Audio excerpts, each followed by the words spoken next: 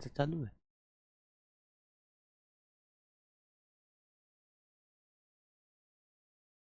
Hello hello hello, इसमें तो आई नहीं था कुछ। Hello hello hello hello hello, good evening everyone, good evening everyone. क्या हाल चाल, क्या हाल चाल, कैसे आप सभी लोग? Good evening all of you, good evening everyone. Is audio video clear? क्या आवाज आवाज आ रही है दोस्तों? Is audio video clear? Hello hello hello hello hello hello hello hello hello hello hello. Good evening everyone. अगर ऑडियो वीडियो क्लियर है तो comment section में वन लिख दीजिए फटाफट से, तो we can start the session. Audio video clear है क्या बच्चों? Okay good.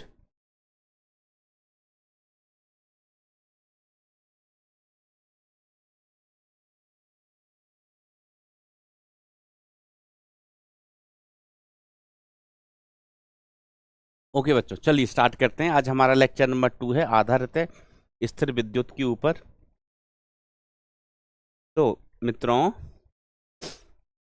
हमने कल कल कल कुछ कुछ चर्चाएं की थी। पहले हमने सदिश गुणनफल देखा था और उसके बाद बेटा अपन ने आवेशों के गुण देखे थे। क्या देखे थे बेटा? आवेशों के गुण।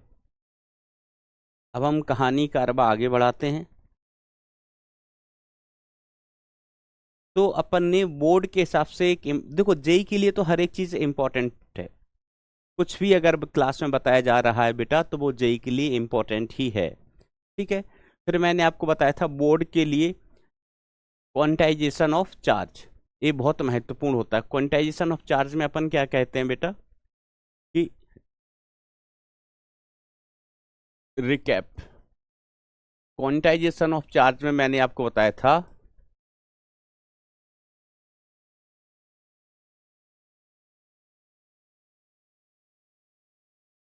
क्वांटाइजेशन ऑफ चार्ज में मैंने आपको क्या कहा था बेटा?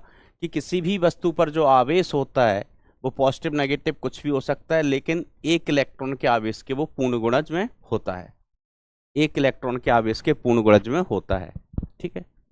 ओके। आवाज में क्या दिक्कत है दोस्तों? आवाज में क्या दिक्कत है बेटा? आवाज लो है, आवाज बढ़ा देना, थोड़ा बढ़ा देना अगर बढ़ सके तो, है ना भाई? बढ़े तो बढ़ा देना आवाज। ठीक है। अब देखो बेटा कि किसी भी वस्तु को आवेश लिया या दिया कैसे जाता है, आवेश पॉजिटिव या नेगेटिव कैसे होता है। ठीक है।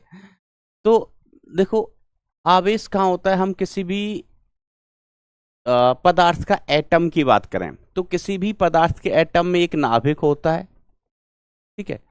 नाभिक में होते हैं प्रोटॉन। नाभिक में क्या होते हैं? प्रोटॉन। और प्रोटॉन को अपन नाभिक से नहीं निकालते हैं। ठीक है। फिर नाभिक के चारों ओर कौन घूम रहा होता है? नाभिक के चारों ओर वृत्तीय कक्षाओं में इलेक्ट्रॉन्स घूम रहे होते हैं।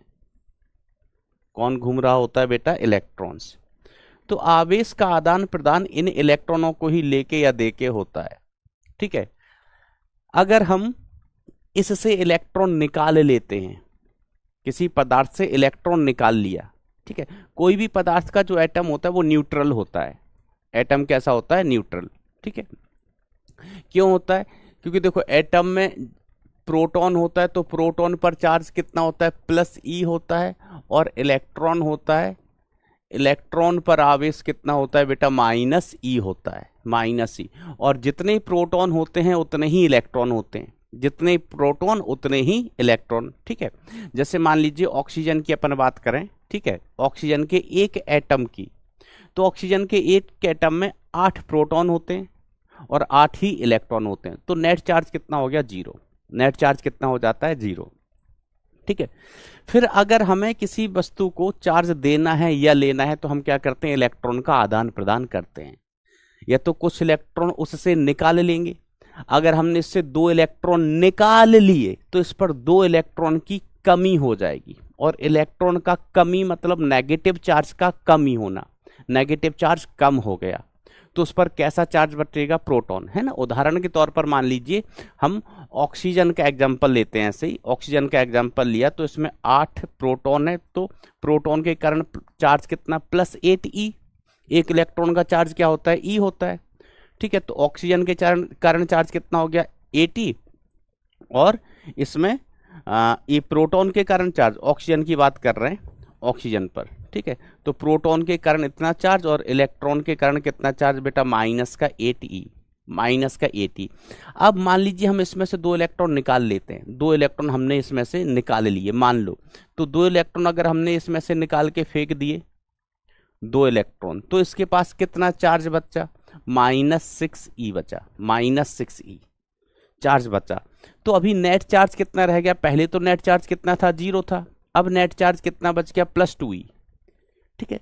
2 इलेक्ट्रॉन हमने निकाल लिए, इसका मतलब 2 इलेक्ट्रॉन का कमी हो गया, और इलेक्ट्रॉन का कमी का मतलब पॉजिटिव चार्ज। अगर हम किसी पदार्थ को 2 इलेक्ट्रॉन एक्स्ट्रा दे दें, 2 इलेक्ट्रॉन हमने उसको एक्स्ट्रा दिए, तो 2 इलेक्ट्रॉन बढ़ गए, और इलेक्ट्रॉन पर चार्ज कैसा होता है नेगेटिव, तो उस पर नेगेटिव चार्ज बढ़ गया, नेगेटिव चार्ज क्या हुआ बेटा बढ़ गया, ठीक है। तो इलेक्ट्रॉन का जो आदान प्रदान है वो हम किसकी सहायता से करते हैं, इलेक्ट्रॉन की सहायता से।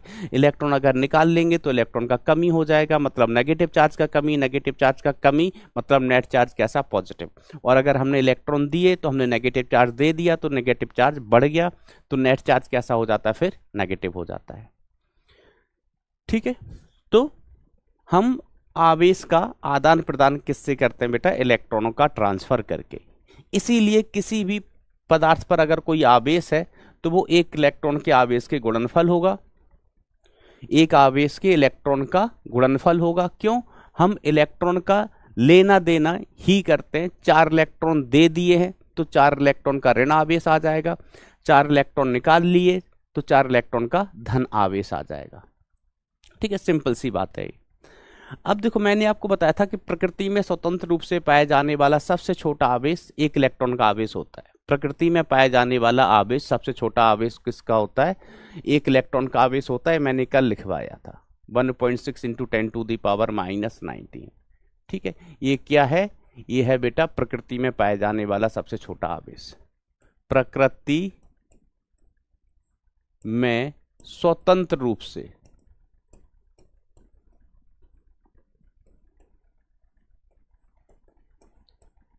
पाए जाने वाला सबसे छोटा आवेश,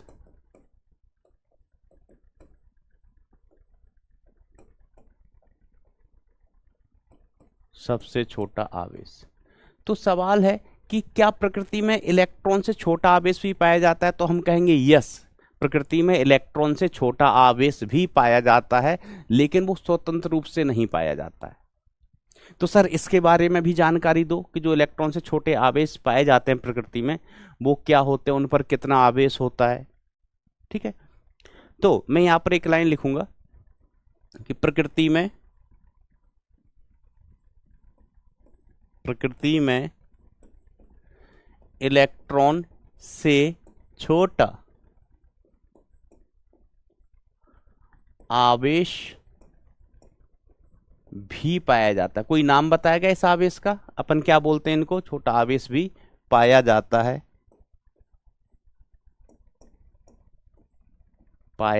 है, जिन्हें हम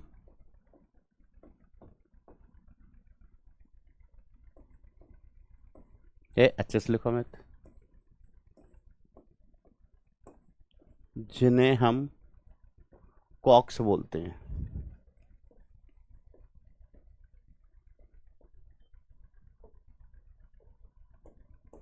कहते हैं, क्या कहते हैं बेटा, क्वार्क्स, ठीक है।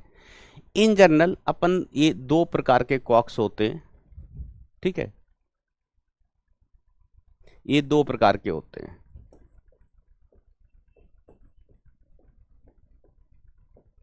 ये 2 प्रकार के होते हैं, और भी छोटे छोटे पार्टिकल होते हैं, लेकिन आपके सिलेबस की जो चीजें हम उसकी बात करेंगे, हम बात करेंगे बेटा आपके सिलेबस की चीजों की। 2 प्रकार के होते हैं, ठीक है। एक होता है, एक को अपन क्या बोलते हैं बेटा, up quark, up quark.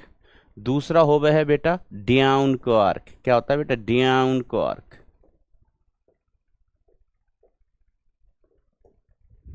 Up quark and down quark. Up quark and down quark. UP quark नहीं कि यूपी क्वार्क एमपी क्वार्क, नहीं, up quark down quark. Up quark का जो आवेश होता है ये +2e/3 होता है, इलेक्ट्रॉन के आवेश का 2/3 गुना, और पॉजिटिव होता है। ठीक है, दूसरा होता है डाउन क्वार्क, ये इस पर आवेश होता है माइनस का e/3, माइनस का e/3। तो ये इलेक्ट्रॉन से छोटे आवेश होते हैं, प्रकृति में पाए जाते हैं, लेकिन स्वतंत्र रूप से नहीं पाए जाते हैं, स्वतंत्र रूप से नहीं पाए जाते हैं।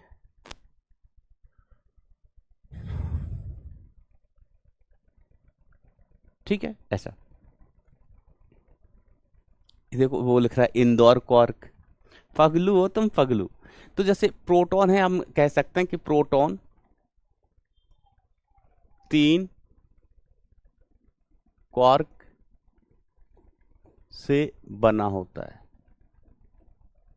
बना होता है। प्रोटॉन 3 क्वार्क से बना होता है। ठीक है, इसमें क्या क्या होते हैं? 2 अप क्वार्क, क्या क्या होते हैं बेटा इसमें? 2 up quark, 2 up quark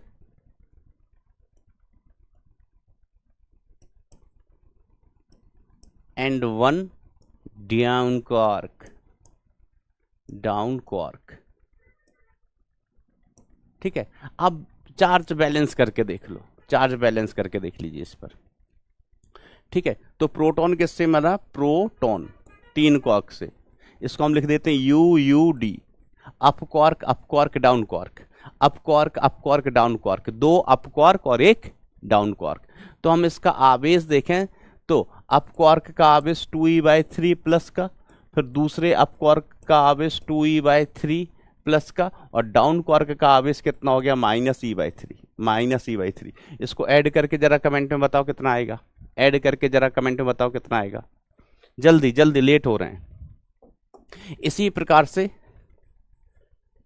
neutron भी 3 क्वार्क से बना होता है, बना होता है। ठीक है, 3 क्वार्क से बना होता है। इसमें एक होता है अप क्वार्क, एक होता है अप क्वार्क, और 2 होते हैं down quark, down quark, down quark. Add करके कितना आ गया? ई आ गया। वेरी गुड बेटा, वेरी गुड। तो मेरी बात से सहमत हैं आप? वैसे भी जानते हैं प्रोटॉन पर कितना आवेश होता है? +E। प्रोटॉन पर कितना आवेश होता है? +E। कुछ लोग देखो किस तरीके से ऐड कर रहे हैं। अच्छा, 3/3, वेरी गुड बेटा। 7e/7 लिख लो, 7e/7, 7 से 7 काट देना। ठीक है, तो इसी प्रकार से जो न्यूट्रॉन होता है वो किससे मिलके बना होता है बेटा? 3 क्वार्क से, 2 अप क्वार्क और 1 डाउन क्वार्क। तो न्यूट्रॉन के लिए हम ऐसे लिख लेते हैं, न्यूट्रॉन, न्यूट्रॉन।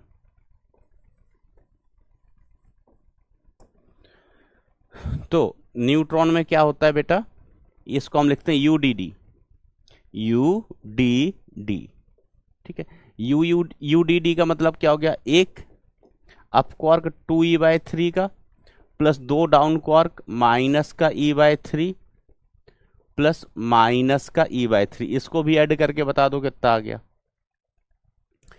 इसको भी बेटा क्वार्क एक पार्टिकल ही मान लो, लेकिन वो फ्री नहीं पाया जाता है।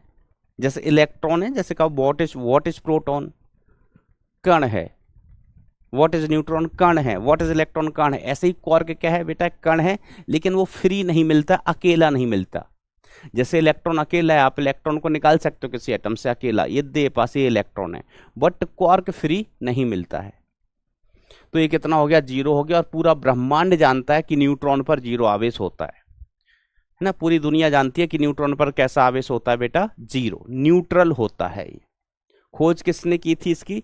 चैडविक ने, न्यूट्रॉन की। वैसे खोज किसने की थी ये जरूरत नहीं होती फिजिक्स में, स्पेशली IIT में। ठीक है, क्वार्क की हिंदी बेटा, प्रोटॉन की हिंदी क्या होती है? क्वार्क की कुछ हिंदी होती तो मैं बताता, है ना? है ना। अब बताओ प्रोटॉन को हिंदी में क्या कहते हैं? चलो अच्छा ही बताओ, न्यूट्रॉन को हिंदी में क्या कहते हैं? अच्छा बताओ, इलेक्ट्रॉन को हिंदी में क्या कहते हैं? अच्छा बताओ, जैसे आपका नाम क्या है, उत्सव है, उत्सव को हिंदी में क्या बोलते हैं? एक बालक है, उसका नाम प्रियम है, प्रियम को हिंदी में क्या पूछते हैं? और प्रियम को तो हिंदी में समझाएंगे, इसको ये समझ नहीं आया कि सर ये प्लस ई कैसे आ गया। बेटा इनको जोड़ लो, जोड़ लो, इनको इनको जोड़ो। ये प्रियम पूछ रहा है कि सर ये प्लस ई कैसे आ गया। देखो इन दोनों को जोड़ेंगे, 2e/3, 2e/3 जोड़ के कितना हो गया, 4e/3, और माइनस का e/3, माइनस का e/3। तो इनको जब जोड़ोगे बेटा इनको मतलब घटाओगे तो e आ जाएगा। क्या आ जाएगा बेटा? e। Okay, good, very good बेटा, वेरी गुड। अब देखो हमसे कहा जाता है एक कूलाम्ब आवेश, सीबी का मतलब हो गया बेटा आवेश की इकाई, कूलाम्ब, कूलाम्ब, कूलाम्ब कह लो या कूलाम्ब कह लो, इसको हम सी से भी प्रदर्शित कर देते हैं कई बार कि एक कूलाम्ब आवेश में इलेक्ट्रॉनों की संख्या ज्ञात कीजिए। एक कूलाम्ब आवेश में इलेक्ट्रॉनों की संख्या ज्ञात कीजिए। तो देखो किसी भी आवेश में अगर हमें इलेक्ट्रॉन की संख्या ज्ञात करनी है तो प्रिंसिपल ऑफ क्वांटाइजेशन लगा दो कि जो आवेश है वो पॉजिटिव नेगेटिव कुछ भी हो सकता है और एन ई के बराबर होता है। किसके बराबर होता है? एन ई के बराबर, एन गुणा एक इलेक्ट्रॉन का आवेश। क्यू का मान कितना दिया गया? क्यू का मान दिया गया है 1 कूलाम, 1 कूलाम। एन ई का मान कितना होता है? ई का मान होता है 1.6 इंटू 10⁻⁻19, -19। तो एन का मान कितना आ गया? एन का मान आ गया 1 कूलाम्ब अपॉन 1.6 इंटू 10⁻⁻19। अब इसकी कैलकुलेशन करो बेटा फटाफट। आप जितनी तेजी से कैलकुलेशन करेंगे, जितनी फास्ट कैलकुलेशन करेंगे, उतना ही आप एग्जाम के लिए बढ़िया से तैयार होते जाएंगे। तो जब इसको हल करोगे, इसको भाग दोगे, तो आप में से बहुत सारे बच्चे बता रहे हैं इसका आंसर आएगा 6.25 इंटू 10⁻18। ये एन का मान आ गया। एन का मान कितना आ गया बेटा? 6.25 इंटू 10⁻18। क्या एन का मान पूर्णांक है? देखो एन पूर्णांक होना चाहिए तभी आवेश एग्जिस्ट कर सकता है। ठीक है, हमने Q बराबर एन ही निकाला और एन का मान पूर्णांक नहीं आया, एन का मान पूर्णांक नहीं आया, मतलब वो आवेश एग्जिस्ट ही नहीं करेगा। वो आवेश बेटा एग्जिस्ट ही नहीं करेगा, मतलब वो आवेश हो ही नहीं सकता। तो एन का मान क्या होना चाहिए बेटा? पूर्णांक। ठीक है, अगर एन का मान पूर्णांक है तो अच्छी बात है, दिया गया आवेश संभव है, और अगर एन का मान पूर्णांक नहीं आया तो दिया गया आवेश संभव नहीं है। अब देखो कुछ बच्चों को ऐसा लगेगा कि सर यहाँ पर एन का मान पूर्णांक नहीं आ रहा है, ये तो 6.25 है, 6.25 है। तो बेटा 6.25 नहीं है, ये पूर्णांक ही, आप इसको ऐसे लिख सकते हैं 625 इंटू 10⁻16, अगर किसी को ऐसा लगे तो। सर कासा 1 एक बालक पूछ रहा है सर ऐसा लिखा है, फिर कह रहा है कासा 6.25 आया। बेटा तुम 12वीं क्लास में कैसे आया? तुम 12वीं क्लास में कैसे आया? तुम हमको ये बताओ कि 12वीं क्लास में कैसे आया, तो हम तुमको बताएंगे कि ये कैसे आया। पगलू, भाग देना नहीं आता तुम्हें? 1/1.6 इंटू 10⁻⁻19 है बरखुरदार। अब इसको क्या करो, हम लिख सकते हैं 1 इंटू 10⁻19 डिवाइडेड बाय 1.6। ठीक है, अब इस दशमलव को हटाओ तो ऊपर 10 आ गया बेटा, तो ये हो गया 10 इंटू 10⁻19/16। फिर इसको ऐसे लिख सकते हैं 100 गुणा 10 की घात 18, है ना। एक जीरो हमने इधर ले लिया, ये 19 जीरो थे तो 19 में से एक जीरो इधर ले लिया, तो ये 100 हो गया। यहाँ कितने जीरो बचे? 18/16। बेटा भाग दे के देख लो, भाग दे के देखो तो 16 छक्के 96, फिर 16 दूनी 16 पंचे 80, ऐसे भाग दो तो आ जाता है। ऐसे बन हो गया 18। भाग देना नहीं आता, सीखो बेटा सीखो, कोई बात नहीं कोई बात नहीं, भाग देना नहीं आता, मैंने बताया देखो ऐसे भाग दे लो।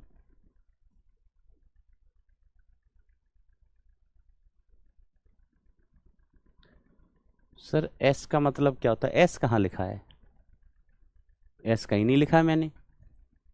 ठीक है, ऐसे भाग दो ना बेटा, इसको हल करो, है ना, तो ये आ जाता है। तुमने बेटा 11वीं में होम साइंस लिया था। सर 2/3 कैसे है बेटा, ये होता है, याद रखना है, ये होता है। जो कुछ चीजें हैं ना, कि हर चीज में ऐसा नहीं होता कि कैसे होता है बेटा, ये प्रकृति में, ये कोई सब्जी के रेट थोड़ी ना है कि 2/3 कैसे हो गया सर, वो बगल वाला तो ना कुछ और भाव दे रहा है। ये आप कण प्रकृति में पाए जाते हैं, ये उन पर आवेश है। कण प्रकृति में पाए जाते हैं, ये उनका उनका आवेश है। ठीक है, याद रखना है। जैसे न्यूट्रॉन का कितना होता है 0, इलेक्ट्रॉन का कितना होता है इतना। अब आप कहो कि सर ये कैसे आया, बेटा एक कण प्रकृति में पाया जाता है, उसके ऊपर इतना आवेश होता है। ओके, चलो वेरी गुड दोस्तों। अब देखो बेटा अगला सवाल, निम्न में से कौन सा आवेश संभव नहीं है, निम्न में से कौन सा आवेश संभव नहीं है। तो देखो बेटा हम क्या करेंगे, क्वांटाइजेशन ऑफ चार्ज वाला नियम लगाएंगे। उसमें n का मान आना चाहिए पूर्णांक। अगर n का मान पूर्णांक आ रहा है तो आवेश संभव है, n का मान पूर्णांक नहीं आया तो आवेश संभव नहीं है। तो जैसे पहले ऑप्शन में दिया है कि 6.4 इंटू 10⁻⁻⁻ कूलम्ब। ठीक है, ये आवेश का मान है और इसके लिए कहा जा रहा है n का मान 4। n क्या है, इलेक्ट्रॉन की संख्या, n क्या, इलेक्ट्रॉन की संख्या। तो हम पहला वाला ऑप्शन चेक करते हैं, आप मेरा साथ देना है ना। तो Q बराबर हम क्या जानते हैं सर, प्लस या माइनस एन ई, छोटा n लिख लो बड़ा n लिख लो एक ही बात है। तो n का मान कितना आ गया, Q/E आ गया। ठीक है मास्टर, Q का मान कितना दिया गया है, 6.4 इंटू 10⁻⁻19 अपॉन 1.6 इंटू 10⁻⁻19। क्या ये संभव है, क्या n का मान सही आ रहा है यहां से ज्ञात करने पर।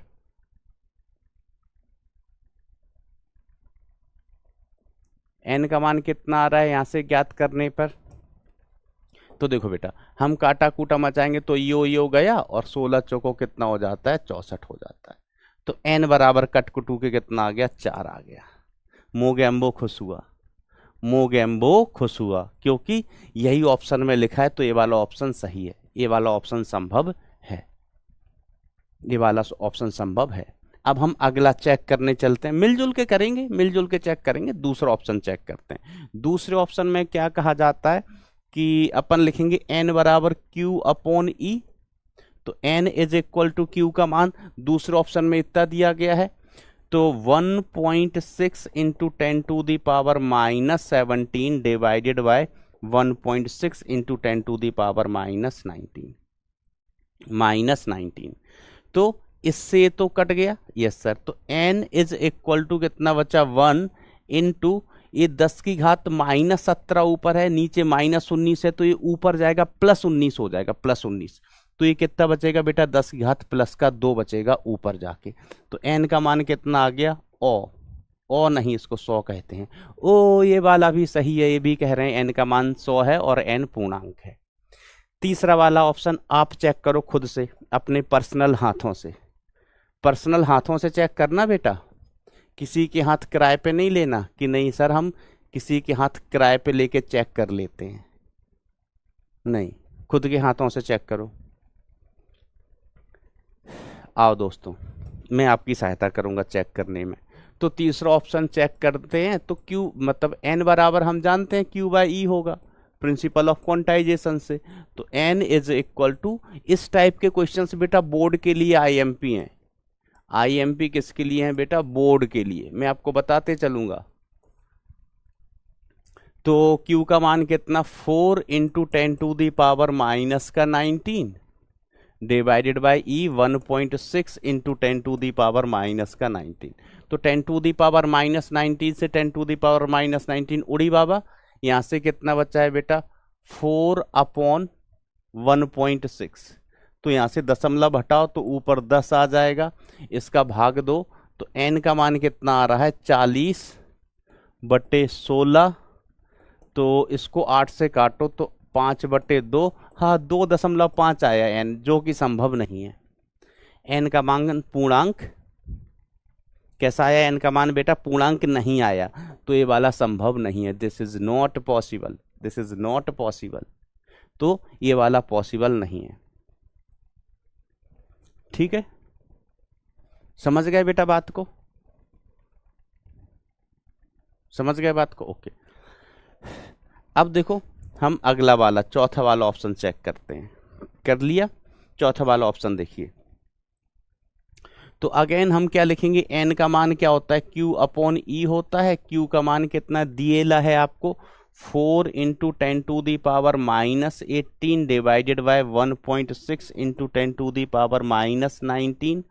अब देखो इसको आप सिंप्लीफाई करेंगे तो n का मान यहाँ से दशमलव हटा दो दशमलव को, तो यहाँ कितना आ जाएगा, 0 आएगा। तो ये आया 40/16 और गुणा में 10 घात माइनस 10 घात कितना है बेटा, माइनस का 18, ये माइनस का 19, ऊपर जाएगा तो प्लस का 19 हो जाएगा, तो क्या बचेगा, 10 बचेगा बेटा, एक क्या बचेगा, 10। ठीक है, तो इसको काटेंगे तो हमने अभी देखा ये कितना आ गया, 2.5 × 10 हो गया बेटा। तो n का मान कितना आ गया दोस्त, n का मान आ गया 2 पे 5 25, और बिल्कुल 25 पूर्णांक होता है। 25 कैसा होता है, पूर्णांक। ठीक है, तो ये भी संभव है, ये भी संभव है। तो इसमें से पूछा गया था संभव कौन सा नहीं है, तो C option will be the answer. मुझे उम्मीद है सभी लोगों को ये तरीका पता होगा। देखो अभी अपने स्टार्टिंग है, जब लेक्चर के अपन एंड पे आएंगे ना, है ना, जब खत्म होने वाले इस टॉपिक के अच्छे खासे लेक्चर होंगे, 15 के आसपास होंगे, 15-20 लेक्चर, तो लास्ट के 3-4 लेक्चर होंगे ना, उसमें अपन एडवांस लेवल के क्वेश्चन करेंगे।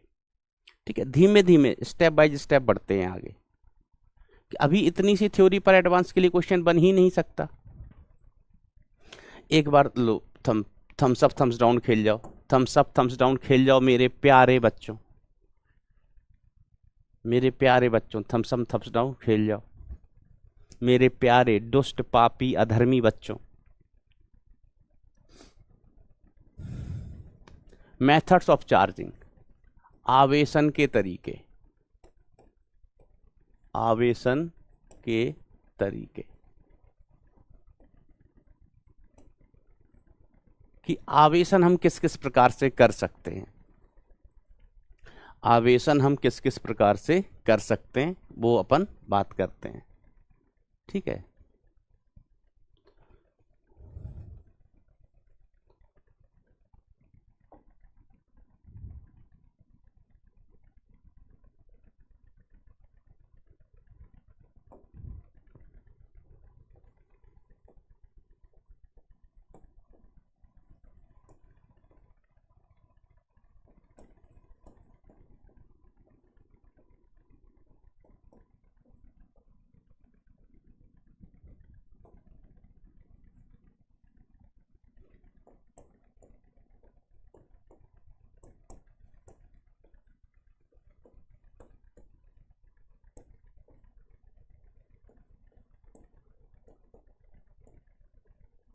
तो देखो आवेशन के बहुत सारे तरीके होते हैं, बहुत सारे तरीके होते हैं।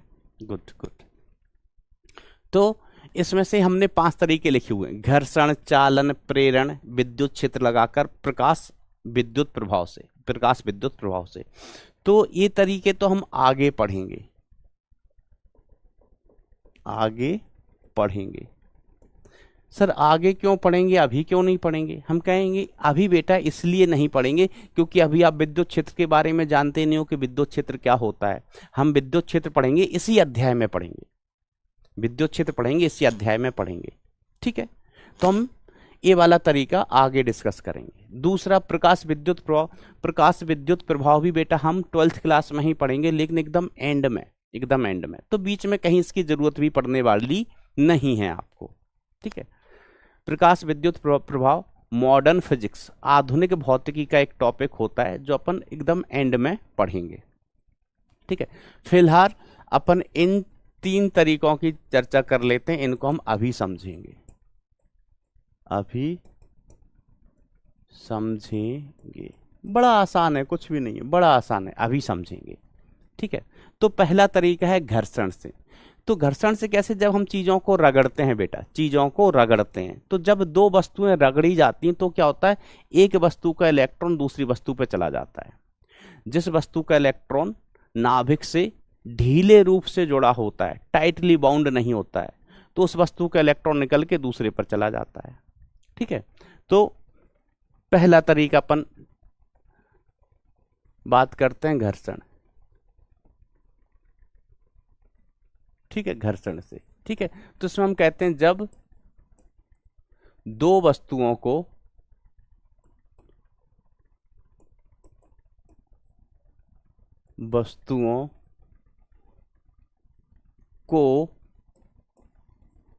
आपस में रगड़ा जाता है,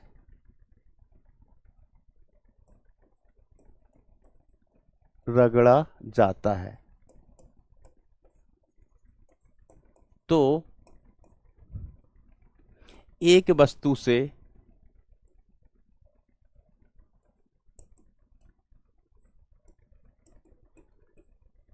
इलेक्ट्रॉन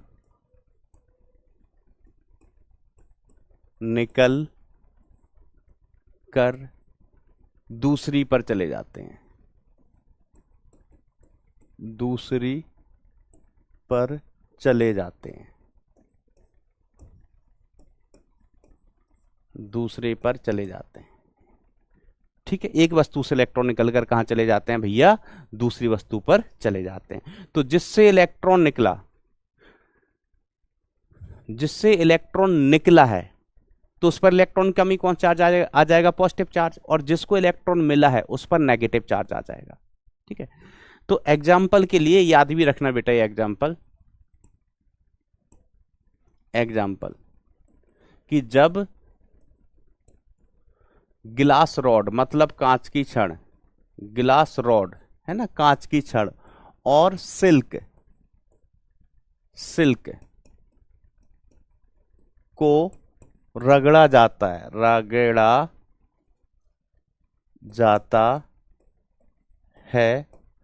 तो गिलास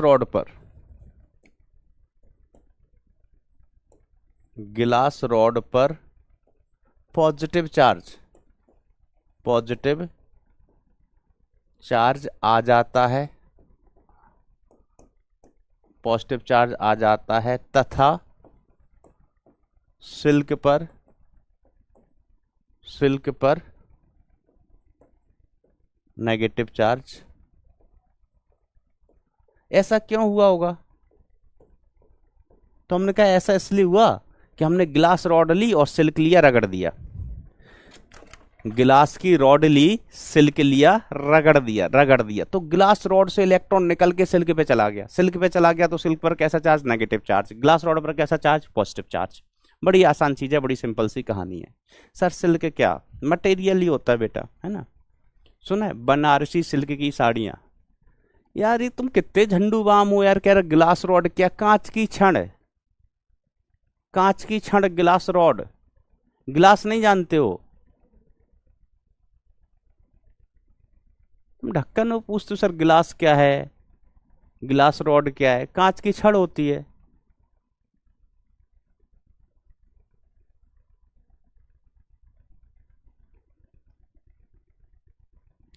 सिल्क मतलब हाँ रेशम, अभी नहीं पता सिल्क क्या होता, रेशम क्या, शादी कर लो बेटा। फिर जब करवा चौथ पर ना धर्मपत्नी कहेगी ना कि हमें सिल्क की साड़ी दिलाओ, सिल्क की रेशम की साड़ी दिलवाओ, तुम पढ़ोगे लिखोगे नहीं तो तुम्हारे पास पैसे नहीं होंगे, फिर तुम्हारा बीवी तुमको छोड़ के भाग जाएगा, जो रेशम की साड़ी दिला सके उसके पास, बेवकूफ आदमी। अलग अलग ढक्कन है, ये कह रहा है कि सर 3D में, अब ढक्कन, अब तेरा नाम मैं बताऊं तो नाम 3D में होता है क्या, तुम लोग सिलेक्ट होने लायक हो ही नहीं।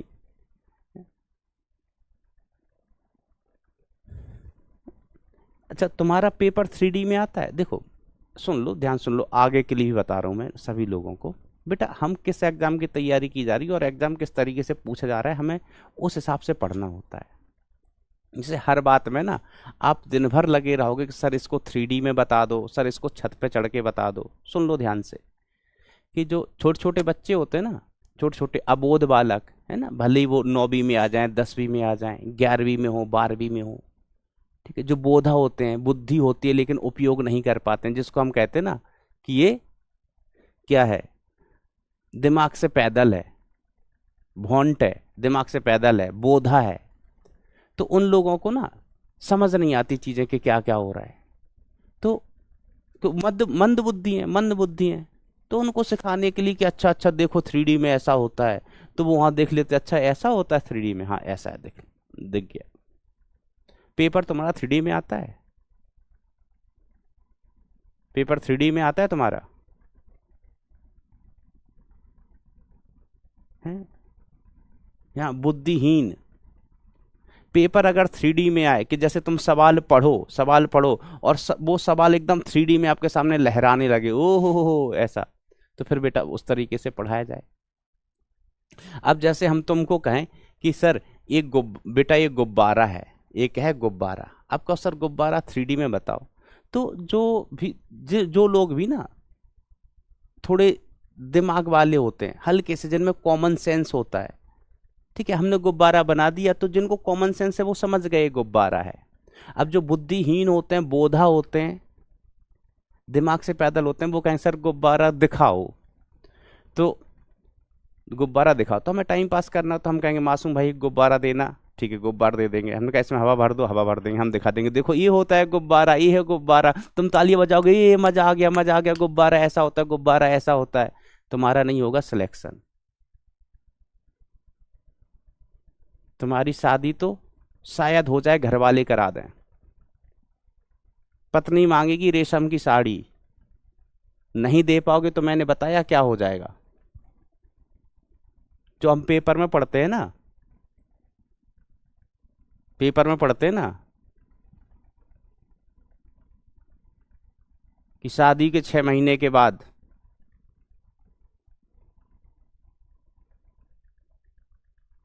फरार। ऐसा इन लोगों के साथ ही होता है जिन्हें गुब्बारा दिखाई नहीं देता, कहते हैं कि सर गुब्बारे को 3D में दिखाओ। हम कभी कहते हैं कि देखो बेटा ये गिलास है, ये क्या है, गिलास है ना, पानी पीने वाला गिलास है ना। अब जो बच्चे कहते हैं ना कि सर एक गिलास को ना 3D में दिखाओ ना, 3D में, ऐसे लोगों की ही न्यूज़पेपर में आती है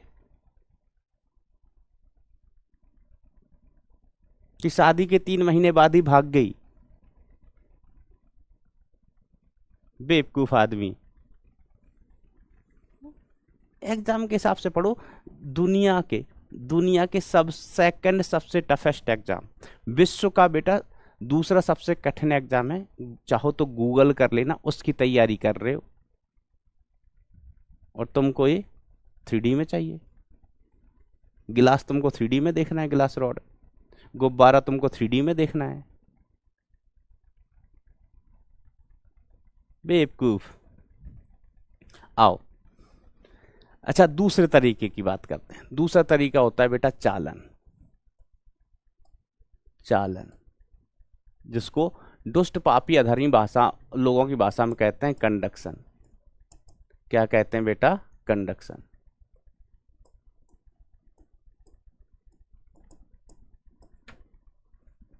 ठीक है, अच्छा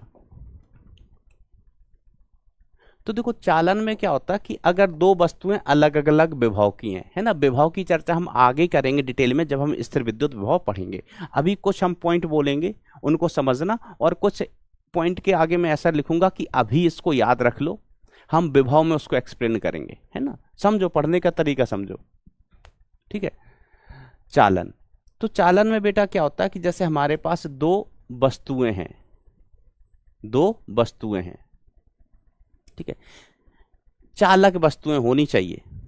कैसी वस्तुएं बेटा? चालक वस्तुएं, धातु की वस्तुएं। धातु क्या होता है? चालक, है ना। ये दो धातु की वस्तुएं, इस पर आवेश था कुछ Q1 या इस पर आवेश था Q, मान लो, इस पर आवेश था बेटा प्लस क्यू।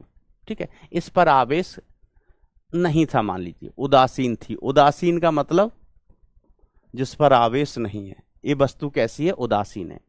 ठीक है, तो जब हम इनको टच कराते हैं या इनको किसी चालक तार से जोड़ देते हैं, इनको टच कराते हैं या इनको किसी चालक तार से जोड़ देते हैं, ठीक है,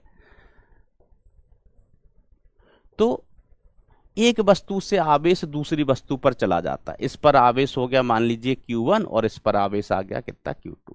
आवेश बदल जाता है। ठीक है, जैसे हमने इसको तार से जोड़ दिया। ये क्या है बेटा, एक चालक तार है, चालक तार, एक चालक तार है। तो जब हमने इनको आपस में कनेक्ट किया, इनको जोड़ दिया, तो क्या हुआ, जैसे इस पर तो आवेश था नहीं, लेकिन इस पर भी आवेश आ जाएगा।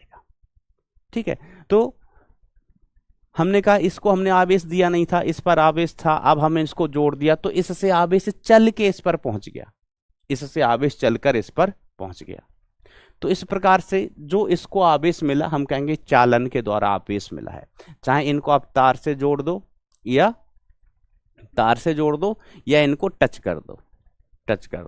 ठीक है, प्रैक्टिकल करके देखना नहीं, लेकिन इसका प्रैक्टिकल कोई भी घर पे कर सकता है ना। बिल्कुल मत करना, है ना। कभी घर पे कोई लाइट का तार है, ठीक है, गलती से कभी वो टच हो जाता है अपन से, तो झटका लगता है कि नहीं लगता है? क्यों? उसका आवेश अपने अंदर से बहने लगता है, उसका आवेश अपने ऊपर आ जाता है, इसलिए झटका लगता है। समझ रहे हो बेटा बात को? ठीक है, ऐसा है ना। जैसे हमारे पास एक बल्ब है ना, यहाँ पर स्विच, अब बल्ब था, हमने इनको स्विच में उसके तार घुसा दिए तो बल्ब जल उठता है, बल्ब के अंदर से आवेश प्रवाह होने लगता है ना, ऐसे। अच्छा, अब एक चीज क्या है कि याद रखना, एक पॉइंट हम ये एक्सप्लेन आगे करेंगे विभव की सहायता से। नोट इसको आपको याद रखना है अभी के लिए, बाद में तो हम प्रूफ करवाएंगे इसको। बहुत मजेदार केस होता है और इस पर सवाल पूछे जाते हैं जेई में, क्या कि यदि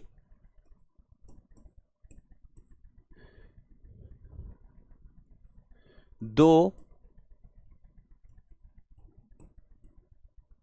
समरूप, मतलब एक जैसी समरूप वस्तुओं को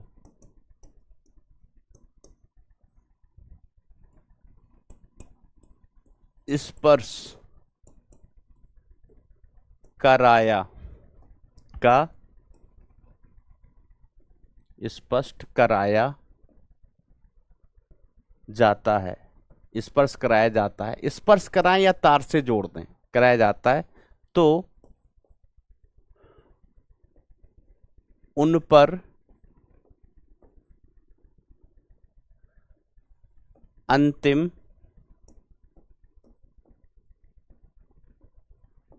आवेश समान हो जाते हैं,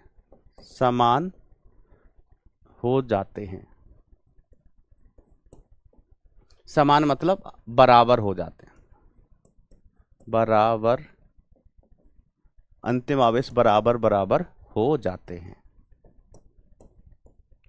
ठीक है, जैसे कि उदाहरण के तौर पर हम कहते हैं एक जैसी वस्तुएं हैं, एक जैसी समरूप वस्तुएं, एक जैसी वस्तुएं, तो इस पर आवेश कितना था Q, इस पर आवेश कितना था 0, तो प्रारंभिक कुल आवेश कितना हुआ Q हुआ, कितना हुआ Q। अब अंतिम आवेश कितना हो जाएगा Q/2, आधा आवेश तो संरक्षित रहता है ना भाई। शुरुआत में कितना था, मैंने आपको बताया था आवेशों के गुणधर्म है कि आवेश संरक्षित रहता है, इस पर आवेश Q, इस पर 0, इस पर Q, इस पर 0, है ना। तो पहली वस्तु पर आवेश कितना Q है, दूसरे पर कितना है 0। ठीक है, अब अंतिम आवेश दोनों पर बराबर हो जाएंगे। अंतिम आवेश कैसे हो जाएंगे, दोनों पर बराबर, तो इस पर भी Q और दूसरे पर भी Q, तो यहां से Q का मान कितना आ जाता है, Q/2 आ जाता है। ये लिखने की आवश्यकता नहीं है क्योंकि अलग अलग केस में आवेश अलग अलग हो सकता है। याद ये रखना है कि अंतिम आवेश कैसे हो जाएंगे बेटा, बराबर। ठीक है, उदाहरण के तौर पर अगर इस पर Q है, इस पर 0 है, तो इस पर भी आवेश Q/2, इस पर भी Q/2। ये याद रखना क्योंकि कुछ क्वेश्चंस आपको कूलम के नियम में ऐसे मिल जाते हैं, तो फिलहाल इस पॉइंट को याद रखना अभी आपको याद रखना, प्रूफ आगे करेंगे, प्रूफ आगे करेंगे। कब करेंगे सर? जब विभव पढ़ाएंगे तब प्रूफ आगे करेंगे, ठीक है? तो मैं याद दिलाऊंगा बेटा। अब देखो बेटा, एक सवाल और सोचना और आंसर करना। छोटे छोटे सवालों से ही कॉन्सेप्ट खुलते हैं। एक उदासीन वस्तु को घर्षण के द्वारा आवेशित किया जाता है तो वस्तु का द्रव्यमान। एक उदासीन वस्तु मतलब जिस पर कोई आवेश नहीं है, जिस पर कोई आवेश नहीं है उसको अपन क्या कर रहे हैं बेटा?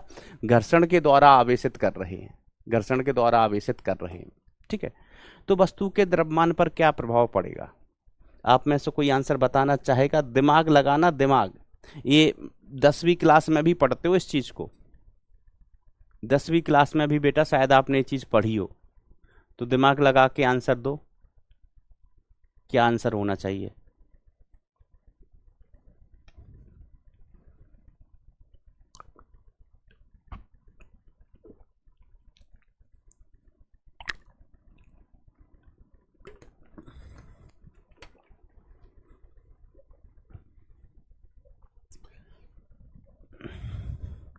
घर्षण से, एक वस्तु को घर्षण से रगड़ के आवेशित किया जा रहा है, तो द्रव्यमान पर क्या प्रभाव पड़ेगा? इसके लिए आपको क्लियर होना चाहिए कि कोई वस्तु आवेशित होती कैसे है, घर्षण से कोई वस्तु आवेशित होती कैसे, क्या प्रक्रिया होती है जिससे वस्तुएं आवेशित हो जाती हैं। सोचो।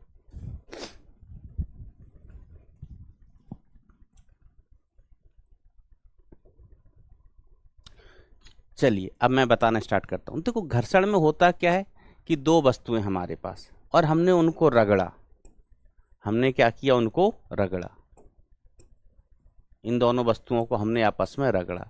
तो क्या होगा कि हो सकता है, मतलब एक वस्तु से इलेक्ट्रॉन निकल के दूसरी पे जाएंगे, एक वस्तु से इलेक्ट्रॉन निकल के दूसरी पे जाएंगे। तो यहां से इलेक्ट्रॉन निकला, इस पर चला गया, इलेक्ट्रॉन इससे निकला, इस पर चला गया, है ना? जैसे हमने एग्जाम्पल में सिल्क और ग्लास रॉड की बात की थी, सिल्क और ग्लास रॉड की बात की थी। तो क्या था? ग्लास रॉड पर पॉजिटिव चार्ज आ गया, मतलब ग्लास रॉड से इलेक्ट्रॉन निकला, और सिल्क पर नेगेटिव चार्ज, क्योंकि सिल्क ने इलेक्ट्रॉन ले लिया। आप जानते हैं, केमिस्ट्री में भी पढ़े होंगे कि जो इलेक्ट्रॉन लेता है, जो इलेक्ट्रॉन लेता है वो ऋण आवेशित, जो इलेक्ट्रॉन देता है, दाता, वो धनावेशित हो जाता है। ओके, तो इससे इलेक्ट्रॉन निकल के इस पे चला गया, ठीक है?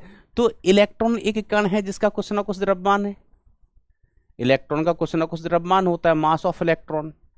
वैसे हमें जरूरत नहीं है लेकिन मैं लिख के बता देता हूं, मास ऑफ इलेक्ट्रॉन होता है 9.1 इंटू 10⁻⁻31 किलोग्राम।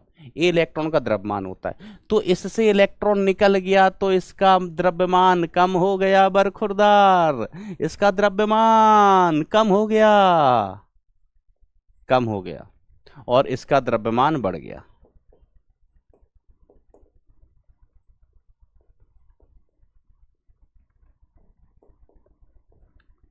इसका द्रव्यमान बढ़ गया, है ना? ऐसा। तो अगर हम इस वस्तु की बात करें, अब इन्होंने बताया तो नहीं कि कौन सी वाली वस्तु है। तो इस प्रक्रिया में जब घर्षण से हमने आवेशन किया तो एक वस्तु का द्रव्यमान घट गया, दूसरी का बढ़ गया, एक का घट गया, दूसरी का बढ़ गया। आप कौन सी वस्तु की बात कर रहे हैं? तो दोनों ही संभावनाएं, घट भी सकता है, बढ़ भी सकता है, घट भी सकता है, बढ़ भी सकता है। देखो लगा लिया ना, दिमाग लगा लिया। और कहते तो सर फास्ट, सर फास्ट पढ़ाओ, सर ऐसा करो, सर वैसा करो, जो बता रहे हैं सीखते चलो। बड़ा बच्चों वाला सवाल था ये, बच्चों वाला सवाल समझाया ना, प्रक्रिया भूल ही जाते हो आप लोग। जैसे अभी घर्षण से समझाया तो दिमाग नहीं लगाया आप लोगों ने, है ना? अब धीमे धीमे दिमाग बढ़ेगा, लेकिन ध्यान से सुनोगे तब। अब मैं प्रक्रिया बताई, घर्षण में क्या होता है? रगड़ाई, है ना? दो चीजों की हमने रगड़ाई की, रगड़ा, एक से इलेक्ट्रॉन निकला, दूसरे पर गया। जिस पर इलेक्ट्रॉन चला गया उस पर इलेक्ट्रॉन बढ़ गया, उसका द्रव्यमान थोड़ा बढ़ जाएगा। जिससे इलेक्ट्रॉन निकला उसका द्रव्यमान थोड़ा बहुत ही सही लेकिन कम हो जाएगा। खत्म बात।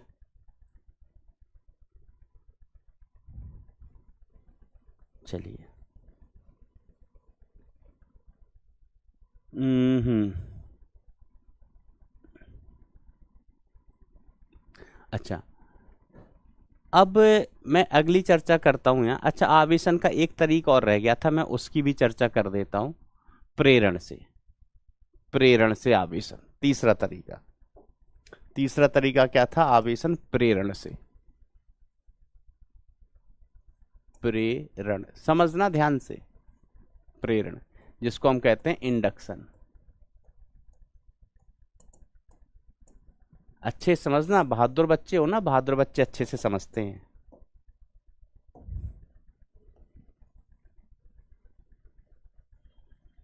बहादुर बच्चे अच्छे से समझते हैं। तो सुनो, प्रेरण में क्या होता है कि देखो, हमारे पास एक गोला है जो इनिशियली उदासीन था। वी हैव अ गोला जो कैसा था? उदासीन था, मतलब इसके पास कोई आवेश नहीं था। और एक हम लेके आए यहां पर glass rod. Glass rod, glass rod पर कैसा आवेश? पॉजिटिव। बताया था ना अभी, सिल्क से रगड़ दी होगी इस ग्लास रॉड को। क्या किया होगा? किसी ने इस ग्लास रॉड को रेशम से, सिल्क से रगड़ दिया होगा, ठीक है। तो इस पर पॉजिटिव चार्ज आ गया। ये प्रारंभ में कैसा है? प्रारंभ में उदासीन। प्रारंभ में क्या? ये हमने कहा उदासीन गोला, उदासीन चालक गोला, चालक गोला। अब देखो, कोई भी वस्तु होती है, कोई भी चालक वस्तु होती है, तो उसमें क्या पाया जाता है? तो हम कहते हैं किसी भी चालक वस्तु में मुक्त इलेक्ट्रॉन पाए जाते हैं। किसी भी चालक वस्तु में मुक्त इलेक्ट्रॉन पाए जाते हैं। सर, मुक्त इलेक्ट्रॉन क्या होता है? तो हम कहते हैं ऐसे इलेक्ट्रॉन जो वस्तु में कहीं भी गति कर सकें, ठीक है, वस्तु में गति कर सकें अगर उनका मन है तो, ठीक है। ऐसे मतलब इलेक्ट्रॉन को अपन क्या कहते हैं? चालक इलेक्ट्रॉन, ठीक है। अब इसके अंदर जो इलेक्ट्रॉन थे, इसके अंदर जो इलेक्ट्रॉन थे, वो इलेक्ट्रॉन देखेंगे, अइला अइला यहां पॉजिटिव चार्ज आया। इलेक्ट्रॉन है, चल सकते हैं, है ना। इसके अंदर पॉजिटिव चार्ज आयन भी होते हैं, धनायन। नाभिक में पॉजिटिव आयन होते हैं, लेकिन वो चल नहीं सकते हैं। पॉजिटिव आयन फ्री नहीं होते। प्रोटॉन होते हैं ना बेटा, प्रोटॉन। कोई भी पदार्थ किससे मिल के बना होगा? परमाणु से। परमाणु में क्या होता है? Proton, electron. प्रोटॉन कहाँ होते हैं? नाभिक में, जो चल नहीं पाते हैं, लेकिन इलेक्ट्रॉन चल सकते हैं। तो इस इलेक्ट्रॉन ने देखा, इस इलेक्ट्रॉन ने देखा कि इधर पॉजिटिव चार्ज आया, पॉजिटिव चार्ज। तो ये इलेक्ट्रॉन एकदम खुश, एकदम खुश, क्योंकि इलेक्ट्रॉन जो कि नेगेटिव चार्ज है उसको पॉजिटिव चार्ज पसंद है। नेगेटिव चार्ज के लिए, या हम कहें इलेक्ट्रॉन के लिए, पॉजिटिव चार्ज तो सपना चौधरी का शो जैसा हो गया। तो ये अपने सभी दोस्तों को फोन लगाएगा, सभी दोस्तों को फोन लगाएगा कि आओ आओ, इधर देखो, इधर देखो, सपना चौधरी आई है, मतलब पॉजिटिव चार्ज आया है। तो यहां पर बेटा इलेक्ट्रॉन एक्युमुलेट हो जाएंगे, इलेक्ट्रॉन इकट्ठे हो जाएंगे, इलेक्ट्रॉन इकट्ठे हो जाएंगे। अब इलेक्ट्रॉन यहां से चल के आए होंगे, इलेक्ट्रॉन यहां से चल के उधर गए। तो देखो, ये सतह, अब देखो, इधर तो इलेक्ट्रॉन चल नहीं सकते। इलेक्ट्रॉन चाहते तो है कि हम यहीं पहुंच जाएं, यहीं पहुंच जाएं, सपना चौधरी के पास ही पहुंच जाए, ये चाहते हैं इलेक्ट्रॉन। लेकिन बेटा इलेक्ट्रॉन यहाँ पहुंच नहीं पाएंगे, क्योंकि बीच में रास्ता ही नहीं है, चालन के लिए रास्ता ही नहीं है। बीच में क्या है? हवा। हवा में इलेक्ट्रॉन चल नहीं पाएंगे, ठीक है। तो इलेक्ट्रॉन यहां से चल के यहां गए बेटा, तो यहां इलेक्ट्रॉन का कमी हो गया, और इलेक्ट्रॉन का कमी क्या होता है? पॉजिटिव चार्ज हो जाता है, पॉजिटिव चार्ज। तो जो सतह यहां पर ग्लास रॉड के करीब है, जो सतह ग्लास रॉड के करीब है, उस पर कई सारे पगलू, उस पर कैसा चार्ज आ गया? मास्टर। जो सतह ग्लास रॉड के करीब है उस पर चार्ज आ गया नेगेटिव, और जो सतह दूर है, दूर है, इस पर कैसा आएगा? इस पर कैसा चार्ज आ गया भैया? इस पर चार्ज आ गया नेगेटिव चार्ज, नेगेटिव चार्ज। इस पर कैसा चार्ज आ गया? पॉजिटिव चार्ज, पॉजिटिव चार्ज, ठीक है। ऐसे तो एक सतह पर पॉजिटिव चार्ज आ गया, एक सतह पर नेगेटिव चार्ज आ गया। इसको अपन क्या कहते हैं कि चार्ज आवेशन हुआ है, किससे? इंडक्शन से, प्रेरण से, प्रेरण, है ना। इसको देखे तो प्रेरित होके इधर इलेक्ट्रॉन आ गए, यहां थे नहीं आ गए। इस विधि को हम कहते हैं प्रेरण। क्या कहते हैं बेटा? प्रेरण कहते हैं। ठीक है, जैसे मैं देखता हूँ हमारे मोहल्ले में बहुत सारे स्ट्रीट डॉग्स हैं, बहुत सारे कुत्ते हैं, बहुत सारे कुत्ते हैं, है ना। वो वैसे नहीं दिखते हैं, वैसे नहीं दिखते, लेकिन कभी ब्रेड या रोटी लेके ना वहाँ पहुँच जाओ, ब्रेड और रोटी लेके वहाँ पर पहुँच जाओ, वहाँ ब्रेड रोटी डाल दो, तो मोहल्ले के सारे डॉग्स इकट्ठे हो जाते हैं एक जगह। तो हम कह ले, ये लो, डॉग्स का प्रेरण हो गया यहाँ पर, डॉग्स का क्या हो गया, प्रेरण। पहले थे लेकिन इधर उधर भटक रहे थे, हम ब्रेड या रोटी लेके पहुंचे, वहां पर रखे एक जगह, तो सारे डॉग्स इंड्यूज होके, प्रेरित होके आ गए वहां पर। ये प्रेरण होता है। यहाँ पर फ्री इलेक्ट्रॉन थे इसके अंदर, ठीक है, लेकिन इधर उधर घूम रहे थे। सपना चौधरी आई, सारे इलेक्ट्रॉन डिंग डिंग डिंग सतह पर, मतलब बहुत सारे इलेक्ट्रॉन यहाँ पर जमा हो गए। यहां से गए तो यहाँ पर पॉजिटिव चार्ज, पॉजिटिव चार्ज। अब अगर हम इस ग्लास रॉड को वापस से ले जाएं, ये क्या है बेटा, ग्लास रॉड है ना। कमेंट में पूछ लो बेटा, पूछ लो कि सर ग्लास रॉड क्या होती है, कोई तो पूछ लो भाई, नहीं तो अपशगुन हो जाएगा। तो भाई अब इस वापस चली जाए ग्लास रॉड वापस चली जाए, तो ये आवेश यहाँ पर नेगेटिव रहेगा क्या, यहाँ पर पॉजिटिव आवेश रहेगा क्या, नहीं रहेगा। ये अपने अपने वापस लौट आएंगे फिर से, ये आवेश हमें दिखना बंद हो जाएगा, आवेश दिखना बंद हो जाएगा, ठीक है। कब, अगर एक ग्लास रॉड चली जाए तो, ठीक है। गोला अभी भी उदासीन है, गोले पर कोई नेट आवेश नहीं आया है बेटा, अभी गोले पर नेट आवेश नहीं आया है, क्योंकि जिस सतह पर इतना पॉजिटिव आवेश है उसी सतह पर इतना नेगेटिव आवेश है। क्यों, क्योंकि जैसे यहां से मान लीजिए 1 2 3 4 5 6 इलेक्ट्रॉन आए, तो यहां से चल के आए, यहां से चल के गए, तो जितना इस पर पॉजिटिव चार्ज उतना ही इस पर नेगेटिव चार्ज। नेट चार्ज अभी भी 0, नेट चार्ज अभी भी बेटा न्यूट्रल है, नेट चार्ज क्या है बेटा, अभी भी न्यूट्रल, ठीक है। अब हमें इस पर आवेश लाना है, मान लीजिए हमें क्या करना है, इस पर आवेश लाना है, क्योंकि ग्लास रॉड को ले जाएंगे तो फिर से आवेश हमें दिखना बंद हो जाएगा, लेकिन इस पर हमें नेट आवेश लाना है, तो उसके लिए हम कुछ टेक्निक्स का उपयोग करते हैं। क्या करते हैं, कुछ जुगाड़ लगाते हैं। क्या जुगाड़ लगाते हैं, आइए समझते हैं, ठीक है। तो जब सपना चौधरी यहां थी, ग्लास रॉड यहां पर थी, जब ग्लास रॉड है, समझना कि किस तरीके से किन किन स्टेप्स में चार्जिंग होती है। ग्लास रॉड यहां पर है, टिंग टोंग,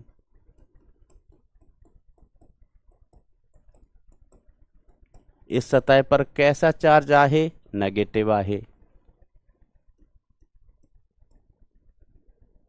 ठीक है। इस सतह पर कैसा चार्ज आहे, पॉजिटिव आहे, ठीक है। अब हमने क्या किया, चार्ज लाने के लिए इसको पृथ्वी से जोड़ दिया, जिसको हम कहते हैं अर्थिंग करना। कभी ऐसा संकेत बनाओ ना, तो ये संकेत होता है बेटा अर्थिंग का। आपने घर में भी सुना होगा, देखा होगा कि अर्थिंग क्या होता है बेटा, कि हम वस्तुओं को पृथ्वी से जोड़ देते हैं, जिसको क्या कहते हैं, अर्थिंग कहते हैं। हमने इसको इससे जोड़ दिया। तो समझने के लिए आप ये समझ सकते हो, देखो पृथ्वी है ना, पृथ्वी आवेश का अनंत स्रोत होती है। पृथ्वी को हम क्या मान के चलते हैं बेटा, आवेश का अनंत स्रोत, ठीक है। पृथ्वी को कितना भी आवेश दे दो, पृथ्वी से कितना भी आवेश ले लो, पृथ्वी को कोई फर्क नहीं पड़ सकता है, कोई फर्क नहीं पड़ता। पृथ्वी को कितना भी आवेश दे दो, ले लेगी। पृथ्वी से कितना भी आवेश ले लो, ले लेगी। पृथ्वी आवेश का एक समुद्र है, समुद्र से हम 2 बाल्टी पानी भर लें तो क्या समुद्र का पानी कम हो जाएगा, नहीं होगा। समुद्र में हम 2 बाल्टी पानी डाल दें, समुद्र में अगर 2 बाल्टी पानी डाल दें तो समुद्र का पानी का स्तर बढ़ जाएगा क्या, नहीं, उससे कोई फर्क नहीं पड़ेगा। तो इसी प्रकार से हम पृथ्वी को क्या मानते हैं, आवेश का समुद्र। कितना भी आवेश दे दो, कितना भी आवेश ले लो, ठीक है। अब हमने बेटा पहले से अर्थ नहीं था गोले को, हमने अब अर्थ किया है, समझते चलो, है ना। ये स्टेप 1 है, स्टेप 1 गोला पहले से ही अर्थ है, दिख रहा है। यहाँ कहाँ अर्थ है, गोला ढक्कन अर्थ होता तो बेटा यहाँ बना होता ना। क्या भयंकर कॉमन सेंस है तुम्हारा यार। स्टेप 1, चलो इसको हम कह देते हैं स्टेप 2। स्टेप 2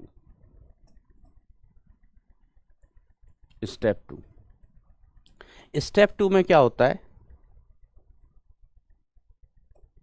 अब हमने इसको किया तो आप ये समझ लो कि यहां का जो पॉजिटिव चार्ज है वो अर्थ में चला गया, यहां का जो पॉजिटिव चार्ज है वो अर्थ में चला गया, ठीक है। इस समझने के लिए बता रहा हूं, वास्तव में क्या होता है, वास्तव में क्या होता है बेटा, वास्तव में पॉजिटिव चार्ज चल नहीं पाता है।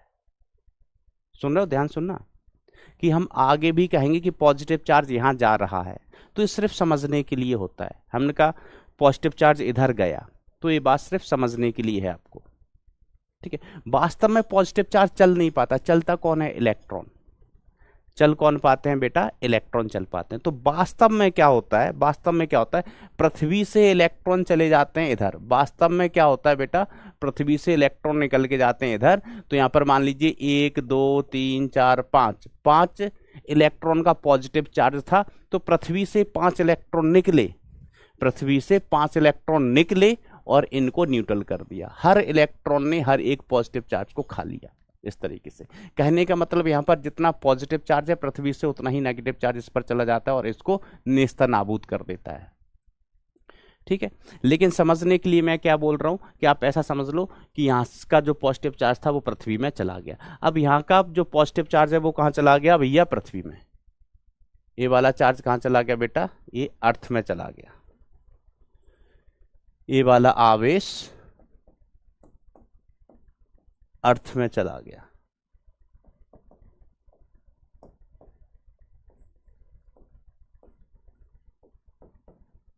बेटा घरों में भी अर्थिंग इसलिए करते हैं ना, जैसे मान लीजिए कोई अपना घरेलू उपकरण है, हम उसका उपयोग कर रहे हैं, घरेलू उपकरण है, और मान लीजिए कहीं से बेटा चार्ज लीकेज होके उस वस्तु पर चार्ज आ जाए। मान लीजिए हम कूलर का ही उपयोग कर रहे हैं, कई बार आपने देखा होगा कूलर से करंट लग जाता है। वो करंट तभी लगता है कि जब अर्थिंग नहीं होती है। अर्थिंग होगी तो क्या होगा, मान लीजिए कूलर है, इसकी हमने अर्थिंग कर रखी है, तो इस पर जो भी आवेश आएगा अर्थ में चला जाएगा, तो अपन करंट लगने से बच जाएंगे, ठीक है। चलिए, आवेश अर्थ कहां चला जाएगा, अर्थ में। तो अब हम इस ग्लास रॉड को हटा भी दें, इस ग्लास रॉड को हटा भी दें बेटा, तो अंत में क्या होगा, है ना, इस ग्लास रॉड को हम हटा भी दें तो अब क्या होगा, देखो इसका पॉजिटिव आवेश तो चला गया कहां पर, अर्थ में। हमने ग्लास रॉड हटा दी, ग्लास रॉड हटा दी, तो अब क्या होगा, ग्लास रॉड हटाने के बाद क्या होगा भाई, तो ये तो अर्थ में चला गया, सिर्फ इस पर कैसा आवेश बचा था, नेगेटिव। ग्लास रॉड हटाने के बाद इस पर कैसा आवेश बचा था बेटा, नेगेटिव आवेश बचा था।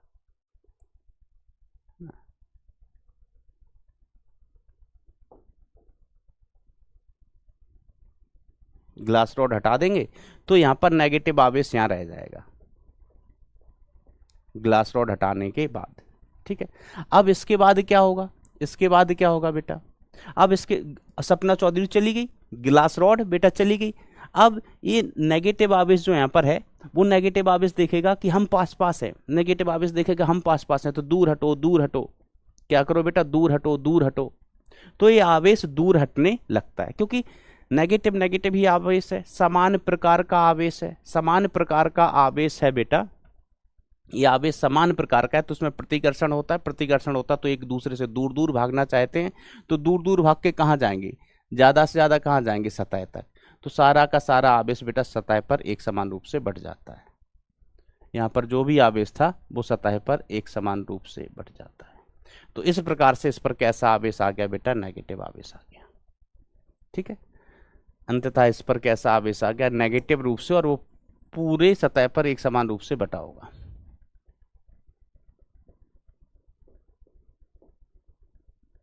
नेगेटिव चार्ज एक समान रूप से बटा होगा, है ना। ये बड़ा प्रैक्टिकल से एग्जांपल है। जैसे सोचो, आप सपना चौधरी नहीं, आपके गांव में कोई भी सेलिब्रिटी आए, मान लीजिए आपके गांव में अलक्सर आ गए, आपके गांव में क्या हुए, अलक्सर आ गए, ठीक है। तो गांव के जो भी पढ़ने लिखने वाले बच्चे हैं, पढ़ने वाले बच्चे हैं, है ना, जैसे इधर, तो वो आके यहाँ पर इकट्ठे हो जाएंगे, आके यहाँ पर इकट्ठे हो जाएंगे, भीड़ लगाएंगे अलक्सर को देखने के लिए, ठीक है। फिर अगर अलक्सर चले जाएंगे तो फिर क्या हुआ, फिर क्या होगा, वो अपने अपने घर वापस चले जाएंगे, अपने अपने घर क्या होगा बेटा, वापस चले जाएंगे, ठीक है।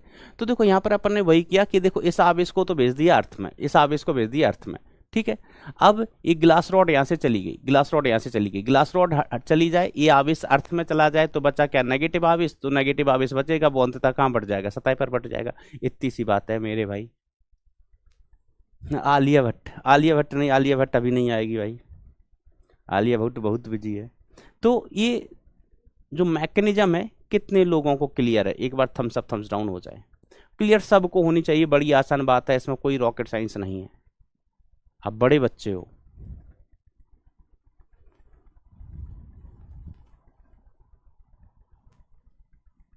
थम्स अप थम्स डाउन हो जाए एक बार।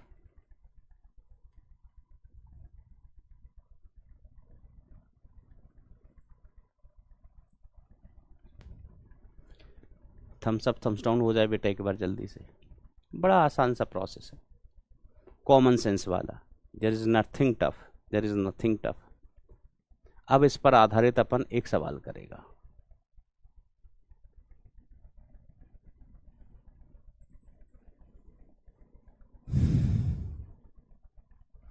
सोचो, क्या एक आवेशित वस्तु उदासीन वस्तु को आकर्षित कर सकती है? क्या एक आवेशित वस्तु उदासीन वस्तु को आकर्षित कर सकती है? वेरी गुड बेटा, वेरी गुड। इसका आंसर यस या नो में देना, सोच समझ के देना भाई। हमने जो अभी इंडक्शन वाला, प्रेरण वाला तरीका आपको बताया है, सिखाया है, सुझाया है, वहीं से सोचना,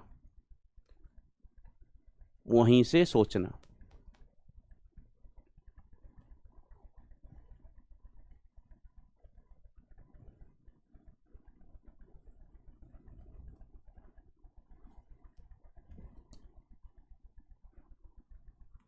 यस और नो ऐसे तुक के मत मानना, सोच के किसी लॉजिक के साथ।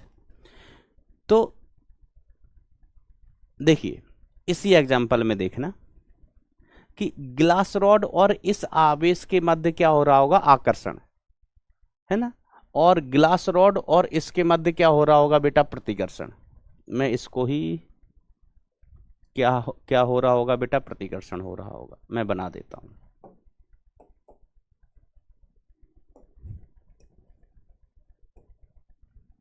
अब बताओ दोनों में से आकर्षण ज्यादा होगा या प्रतिकर्षण?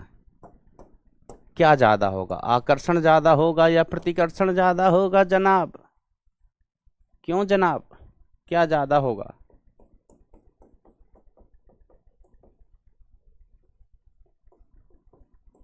तो यहाँ पॉजिटिव चार्ज, यहाँ पर कौन सा चार्ज आ गया था? Master, master. यहाँ पर नेगेटिव चार्ज आया था, हम कहेंगे वेरी गुड बेटा, वेरी गुड। और यहाँ पर कौन सा चार्ज आया था? Positive charge. ठीक है, तो इन दोनों में क्या होगा बेटा? इन दोनों में आकर्षण होगा। इन दोनों में क्या हुआ? आकर्षण। इन दोनों में आकर्षण हो रहा है, मान लीजिए बल कितना? F1 का। इन दोनों में प्रतिकर्षण हो रहा है, पॉजिटिव चार्ज और पॉजिटिव चार्ज में क्या होगा? प्रतिकर्षण होगा। ग्लास रॉड और इसमें क्या होगा भैया? इसमें प्रतिकर्षण होगा सर। क्यों? क्योंकि दोनों समान प्रकार के आवेश हैं, प्रतिकर्षण। अब आप बताओ कि आकर्षण का बल ज्यादा होना चाहिए या प्रतिकर्षण का बल ज्यादा होना चाहिए? कौन सा बल ज्यादा होना चाहिए? इन दोनों के बीच क्या होगा? इन दोनों के मध्य क्या होगा? आकर्षण। कौन सा बल ज्यादा होना चाहिए? तो आप कहेंगे आकर्षण, आकर्षण बल ज्यादा होना चाहिए। आकर्षण बल ज्यादा क्यों होना चाहिए? वो इसलिए क्योंकि पॉजिटिव नेगेटिव चार्ज ज्यादा पास पास में है, तो आकर्षण ज्यादा होगा। पॉजिटिव चार्ज नेगेटिव चार्ज ज्यादा पास पास हैं, तो आकर्षण भैया ज्यादा होना चाहिए। और पॉजिटिव पॉजिटिव चार्ज दूर दूर हैं, दूर दूर हैं, तो प्रतिकर्षण कम होगा। तो हम कहेंगे जो आकर्षण का बल है, आकर्षण का बल है, इसका मान ज्यादा होगा किससे? प्रतिकर्षण से, प्रतिकर्षण से। ठीक है, और ये वस्तु अपन ने कही था, ये शुरुआत में कैसी थी? उदासीन, उदासीन। तो एक आवेशित वस्तु एक उदासीन, एक आवेशित वस्तु एक उदासीन, इसमें नेट क्या हो रहा है? आकर्षण। यस, तो आंसर क्या हो जाएगा? यस हो सकता है। आंसर क्या होगा बेटा इसका? यस, या बिग यस। यस, समझ रहे हो चीजों को? ऐसे ही समझते चलो, ऐसे ही समझते चलो। अब देखो बेटा और भी बहुत इंपॉर्टेंट चीज, और भी बहुत इंपॉर्टेंट चीज। ठीक है, ये सवालों में अभी बोर्ड से लेना देना खत्म, बोर्ड से लेना देना खत्म। इन चीजों को एप्लीकेशन आएंगे तो अच्छे सवालों में। ठीक है, अच्छे सवालों में, जेई मेंस के अच्छे सवाल और जेई एडवांस के सवालों में इनके एप्लीकेशन आएंगे। आवेश घनत्व। ठीक है, तो हम आपसे कहें कि घनत्व क्या होता है? कोई लिख के बताएगा कमेंट में, व्हाट इज घनत्व? बेटा लाइव में नोट्स नहीं बना पाते तो लेक्चर के बाद बनाओ बेटा, लेक्चर के बाद बनाओ।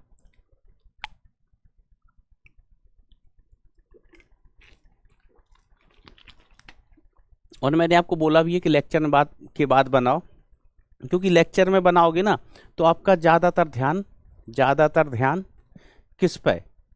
नोट्स बनाने पे रहेगा, समझने पे नहीं रहेगा। अब नोट्स आप कितने भी सुंदर बना लो, चीज़ें आपने नहीं समझी हैं, चीज़ें समझ में नहीं आई हैं, तो गड़बड़, तो फिर बेटा गड़बड़ हो जाता है। तो पहले तो इसके बारे में सीखो घनत्व। तो बिल्कुल सही लिख रहे हो कमेंट में, जो महागलत है कमेंट में लिख सही रहे हो, लेकिन जो महागलत है, ठीक है। हमने पूछा कि घनत्व क्या होता है, तो सीधे सीधे आप कहते हैं द्रव्यमान बटे आयतन। द्रव्यमान, mass upon volume, mass upon volume, ठीक है। पहले तो देखो किसका द्रव्यमान किसका घनत्व निकालना है, किसका घनत्व, ठीक है। अगर हम द्रव्यमान घनत्व निकाल रहे हैं तो द्रव्यमान बटे आयतन, ठीक है। यहां पर हम आवेश घनत्व निकाल रहे हैं तो किसी भी चीज का घनत्व होता आवेश बटे आयतन, आवेश बटे आयतन। हम कहें कोई दूसरी चीज का घनत्व, चुंबकीय घनत्व निकालें तो चुंबकीय क्षेत्र बटे घनत्व, चुंबकीय क्षेत्र बटे घनत्व, ध्यान देना। हम कहें अमित घनत्व, अमित का घनत्व, तो अमित का घनत्व क्या होगा? तो हम कहेंगे अमित बटे आयतन, बटे आयतन, ठीक है। जो भी राशि हम कहें ऊर्जा घनत्व, ऊर्जा घनत्व, तो ऊर्जा घनत्व क्या होगा? ऊर्जा बटे आयतन, ऊर्जा बटे आयतन। पहली बात क्लियर है, 0-1 खेल जाओ। लेकिन ये आधी चीज है, एक गलत चीज है, अधूरी चीज है। गलत नहीं है, अधूरी चीज है। क्या है बेटा? ये अधूरी चीज है। धारा घनत्व अलग चीज हो जाएगी, है ना, बताएंगे उसके बारे में, बताएंगे। ऊर्जा घनत्व ऊर्जा बटे आयतन,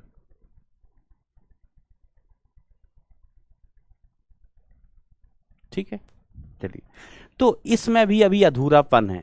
ये गलत नहीं है, ये गलत नहीं है, बट दिस इज अधूरा, दिस इज अधूरा। सर कैसे अधूरा? हम बताएं, हम कहेंगे अभी हम बताते हैं, अभी हम बताते हैं। तो पहले तो द्रव्यमान का भी नाम ही नहीं लेना। हम क्या पढ़ रहे हैं बेटा? आवेश पढ़ रहे हैं ना, तो किसकी चर्चा करेंगे? आवेश की चर्चा करेंगे। तो अगर आप इसमें कहते आवेश बटे आयतन तो मैं कुछ सही मान भी लेता कि चलो चलो आप कुछ को सही कह रहे हो, लेकिन द्रव्यमान कहां से आ गया यहां? द्रव्यमान कहां से आ गया? द्रव्यमान की तो कोई चर्चा ही नहीं है, आवेश घनत्व की चर्चा है, तो आवेश बटे आयतन कह सकते हैं आप। द्रव्यमान कहां से उठवा लाए हो भाई?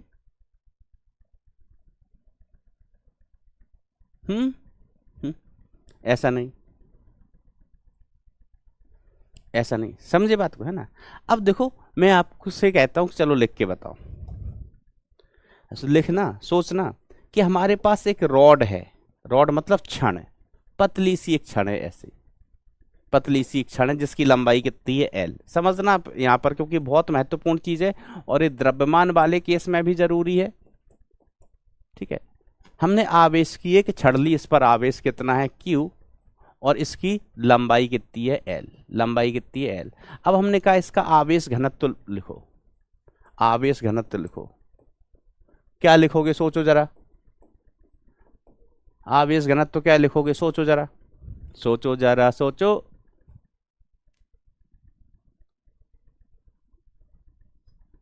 आवेश घनत्व क्या लिखोगे? Q/L। तो क्या L आयतन है? कुछ बच्चे Q/L लिख रहे हैं, सही बात है, बहुत सारे बच्चे Q/L लिख रहे हैं। अब कुछ बच्चे Q/V भी लिख रहे हैं, कुछ बच्चे Q/A भी लिख रहे हैं। तो बेटा बी केयरफुल कि हर घनत्व राशि बटे आयतन नहीं होता है ना। जैसे राशि बटे आयतन का मतलब हुआ, जैसे मैंने कहा आवेश घनत्व तो आपने कहा आवेश बटे आयतन, आपने कहा आवेश बटे आयतन। मैंने कहा द्रव्यमान घनत्व तो आपने कह दिया द्रव्यमान बटे आयतन। हमने कहा ऊर्जा घनत्व तो आपने कहा ऊर्जा बटे आयतन, ठीक है। लेकिन हमने एक रॉड ली है, एक पतली सी छड़ है, तो इसका आयतन होता ही नहीं है। आयतन है क्या इसका? आयतन होगा क्या इसका? रॉड का कैसे आयतन होगा भाई? एक रेखा का कैसे आयतन निकालोगे? हमने कहा एक हमारे पास शीट है, शीट चादर, पेज है, एक है शीट। शीट समझते हैं ना, जैसे पन्ना, शीट मतलब पन्ना है हमारे पास, एक चादर, पन्ना, पेज, पन्ना, उसको शीट। हमने कहा इस पर आवेश कितना है, क्यू है, इसका आवेश घनत्व लिख के बताओ।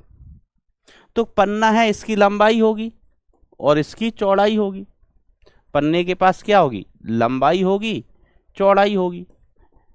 तो एक पन्ना है, एक शीट है जिसकी लंबाई और चौड़ाई है, हम कहें इसका आयतन लिखो, तो कैसे लिख लोगे भाई, इसका आयतन है ही नहीं, इसके पास आयतन है ही नहीं। और ये बच्चे ना साल भर गलतियां करते हैं, मैं तो प्लीज ध्यान से सुनना, क्योंकि मैं अभी से 2 महीने बाद पूछूंगा कि घनत्व तो क्या होता है, तुम फिर वही लिखोगे द्रव्यमान बटे आयतन, फिर वही लिखोगे द्रव्यमान बटे आयतन, 50% लोग। ठीक है, तो पहले घनत्व होता क्या है आप समझो पूरा डिटेल में। तो घनत्व बेटा 3 प्रकार के होते हैं, क्योंकि अपनी जो वस्तुएं होती ना वो 3 प्रकार की हो सकती। एक तो रेखीय वस्तु, जैसे रॉड, धागा, ये है, तार है, ये कैसी वस्तु है, रेखीय वस्तु, इसके पास सिर्फ लंबाई है। कौन सी बाई, लंबाई। दूसरी वस्तु होती है एक शीट, पन्ना, है ना ऐसा, इस वस्तु के पास लंबाई नान है, सॉरी, इस वस्तु के पास आयतन नहीं है, इसके पास लंबाई है, चौड़ाई है। तो लंबाई चौड़ाई मिलके क्या बनता है, क्षेत्रफल। क्या बनता है, क्षेत्रफल। तो इसका क्या होगा, क्षेत्रफल होगा बेटा, शीट का क्षेत्रफल, देखो क्षेत्रफल होगा, क्षेत्रफल। और हम कहें कोई हमारे पास एक ऐसा बॉक्स है, ये बॉक्स है, तो इस बॉक्स के पास क्या होगा, इसके पास लंबाई भी होगी, चौड़ाई भी होगी, ऊंचाई भी होगी, लंबाई भी होगी, चौड़ाई भी, ऊंचाई भी होगी। ठीक है, तो इसके पास आयतन होगा, इसके पास क्या होगा बेटा, आयतन। तो जब 3 डायमेंशनल चीज जिसके पास लंबाई, चौड़ाई, आयतन, जो त्रिविमीय चीज होती है, जैसे गोला हुआ, क्या हुआ बेटा, गोला हुआ, बेलन है, तो बेलन का आयतन होता है, गोले का आयतन होता है। कभी वृत्त का आयतन सुना है कि वृत्त का आयतन निकालिए, नहीं, वृत्त का आयतन होता ही नहीं है, समझ रहे हो।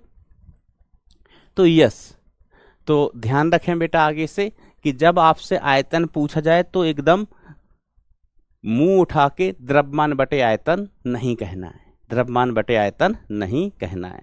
तो जो आयतन होवे हैं, घनत्व तो होते हैं बेटा, वो 3 प्रकार के होते हैं, 3 प्रकार के घनत्व होते हैं बेटा, है ना, याद रखना। पहला घनत्व अपन कहते हैं, है ना, रेखीय आवेश घनत्व। आवेश की चर्चा हो रही तो आवेश घनत्व ही, रेखीय आवेश घनत्व। दूसरा हम क्या कह सकते हैं बरखुरदार, दूसरा हम और आप मिलके कह सकते हैं पृष्ठ आवेश घनत्व या क्षेत्रफल आवेश घनत्व। पृष्ठ आवेश घनत्व, क्योंकि पृष्ठ का क्या होता है, क्षेत्रफल होता है। पृष्ठ आवेश घनत्व, पृष्ठ आवेश घनत्व या क्षेत्रफल आवेश घनत्व, क्षेत्रफल आवेश घनत्व, क्षेत्रफल आवेश घनत्व। तीसरी चीज क्या होती है बरखुरदार, ओ बरखुरदार कैसी बातें कर रहे हो, तीसरी चीज बताओ। तो बेटा तीसरी चीज होती है, तीसरी चीज होती है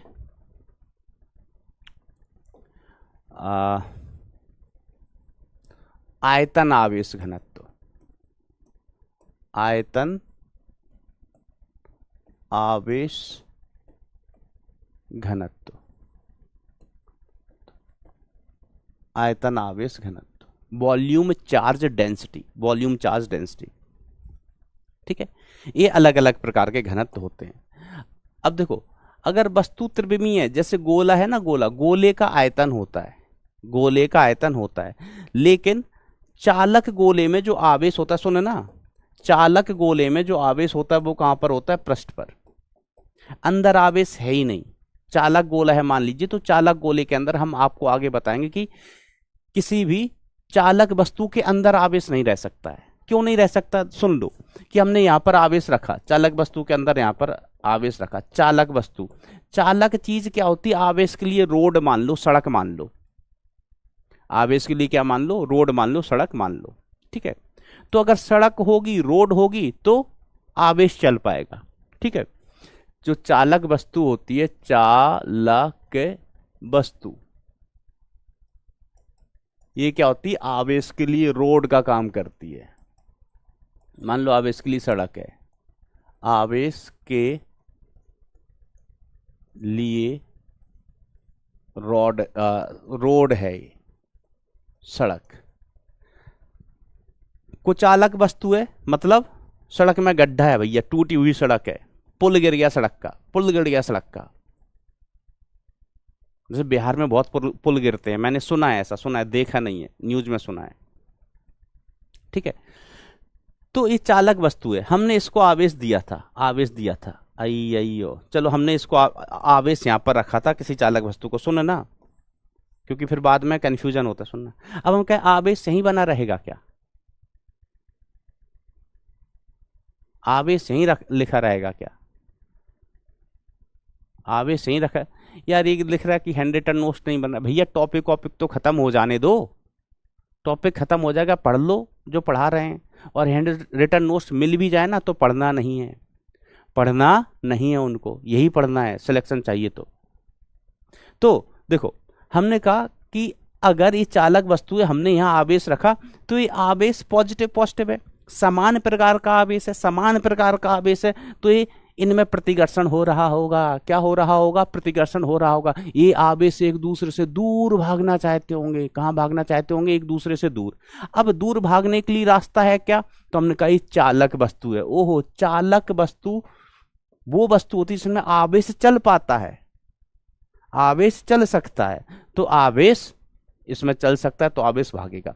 अब भाग के कहाँ जाएगा, तो हम कहेंगे ये भाग के दूर जाएगा, भाग के दूर जाएगा, कितना दूर, हम कहेंगे ये एक दूसरे से जितना दूर जा सके उतना दूर जाएगा, समान प्रकार का आवेश है ना, प्रतिकर्षण होगा, एक दूसरे से दूर भागेगा, कितनी दूर चला जाएगा, यहां से भाग के श्रीलंका चला जाएगा, नहीं, जहां तक चल पाएगा वहां तक जा पाएगा, जहां तक चल सकता है वहां तक जा पाएगा। तो बताओ ये कहां चला जाएगा, आवेश चल के कहां चला जाएगा, जल्दी बोलो कमेंट में, जल्दी लिखवा दिया करो कमेंट में, जल्दी लिखो कमेंट में।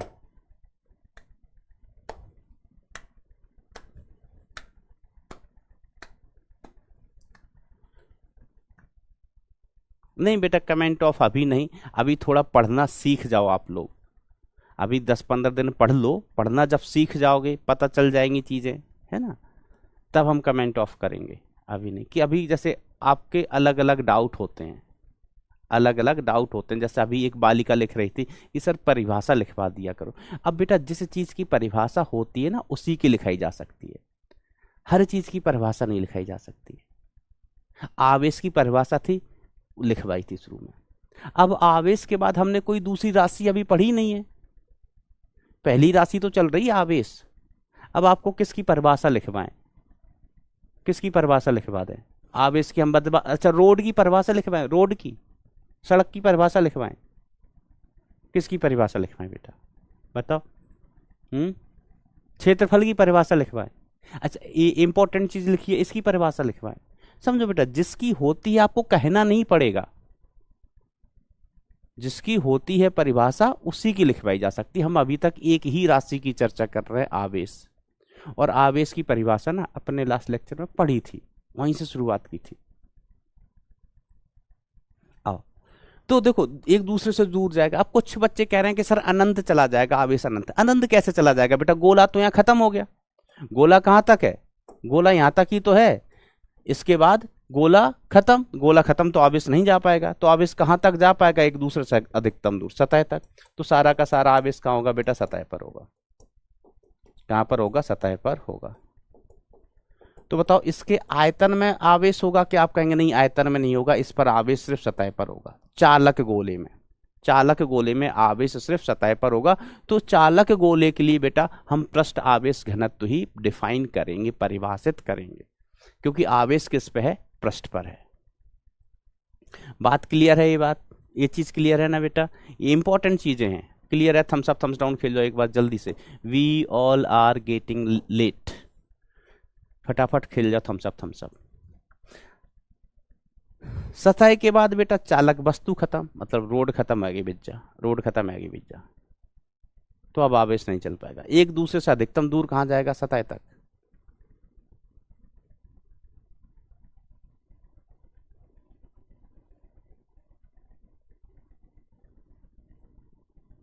थम्स अप थम्स डाउन हो जाए, ये बात समझ में आई। फिर अपन इनकी बात करते, छोटी मोटी बातें हैं, दीज ऑल आर छोटी मोटी बातें।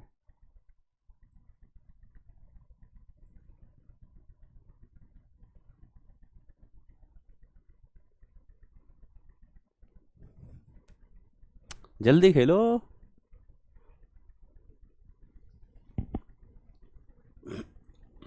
सीखते चलो, सीखते चलो। Very good, very good, very good बेटा, वेरी गुड। अच्छा आइए, अब हम बात करते हैं कि करके रेखीय आवेश घनत्व, रेखीय आवेश घनत्व। तो रेखीय आवेश घनत्व को सामान्यतः, ये कोई नियम नहीं है, सामान्यतः हम इससे रेखीय आवेश घनत्व को लैम्डा से परिभाषित करते हैं, उसको ऐसे लिख देते हैं, आवेश, आवेश बटे रेखा की क्या होती है? रेखा की क्या होती है? रेखा की लंबाई होती है, तो आवेश बटे लंबाई।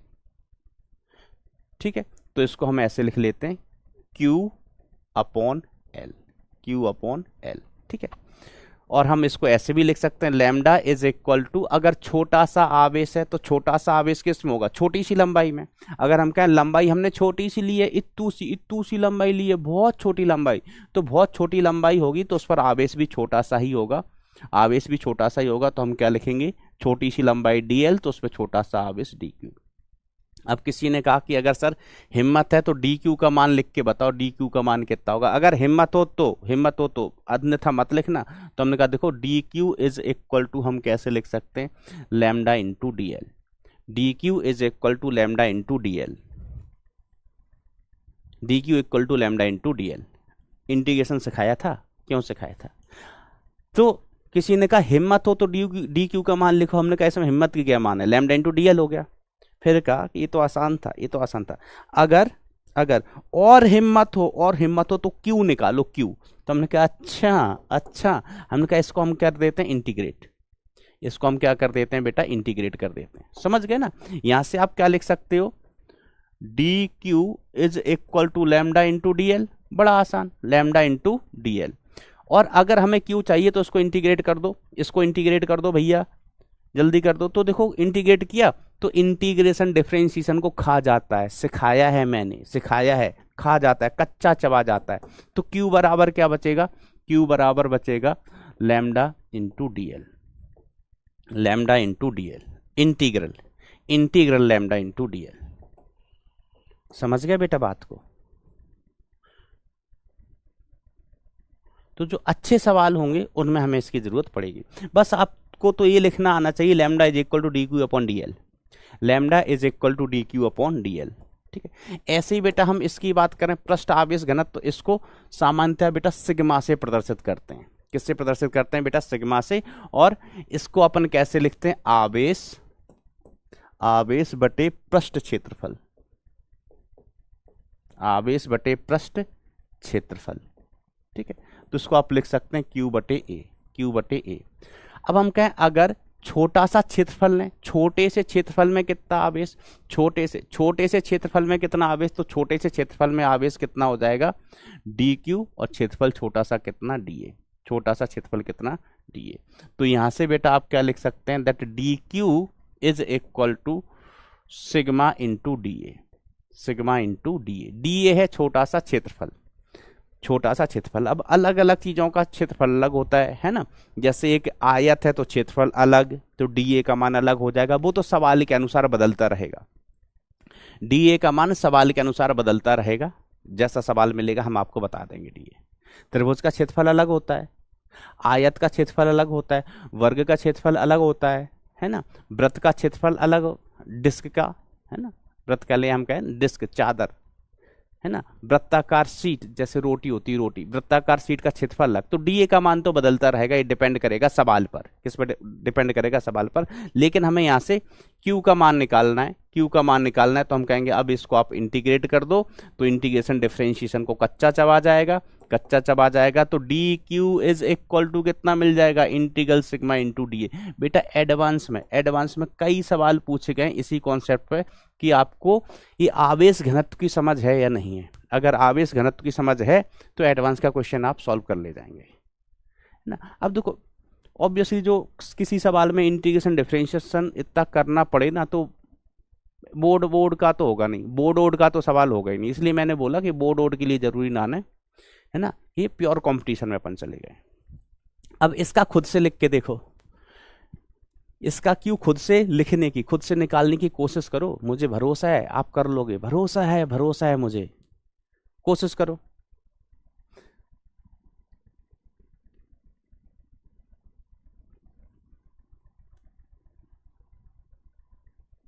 आदर्श तिवारी, नहीं हम पहले भी साधु थे, अभी भी साधु ही हैं।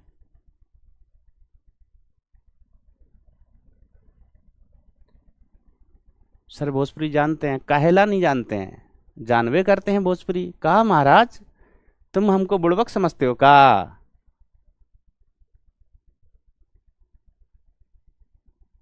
मैं भोजपुरी जानेला।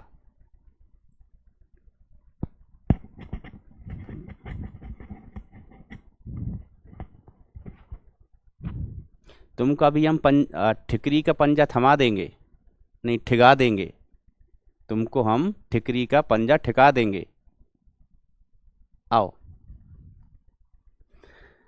तो पूरा लिखना था यहां तक। मैं कोशिश करता हूं, थारा भाई कोशिश करेगा। तो इसको हम सामान्यतः रो से, है ना, जरूरी नहीं है, हो सकता है सिग्मा से भी प्रदर्शित करते हैं, सवाल में लिखा रहेगा, ठीक है।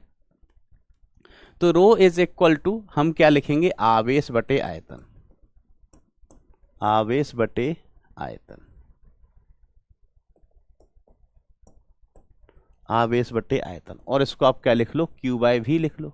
क्या लिख लो, क्यू बाय वी, ठीक है।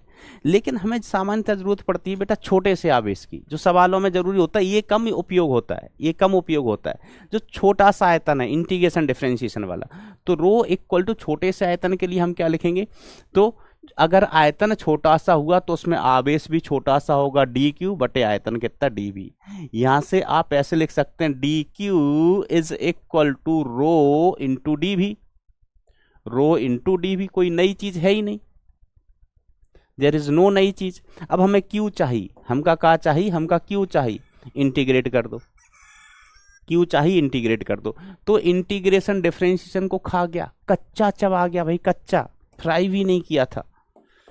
तो Q इज इक्वल टू कितना हो गया, integral rho into D we.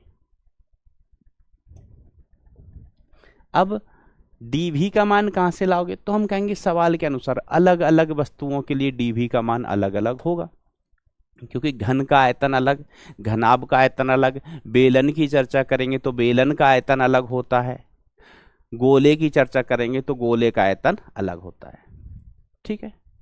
चलिए,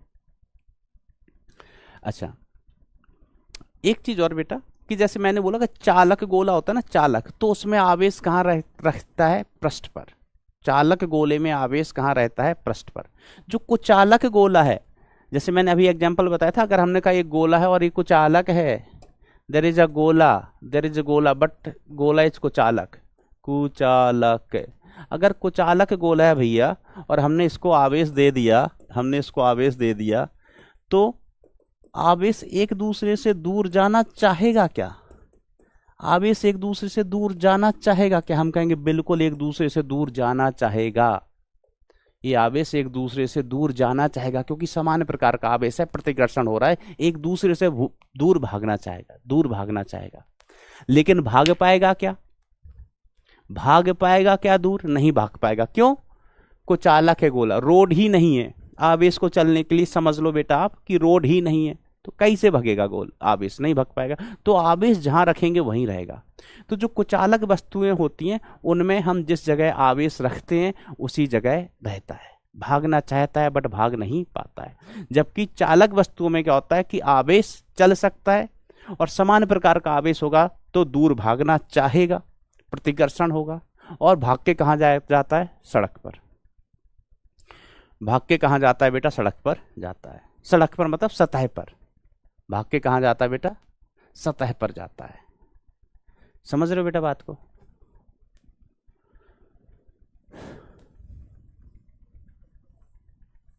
है ना, ऐसा तो ध्यान देना बेटा इन चीजों का, बी केयरफुल।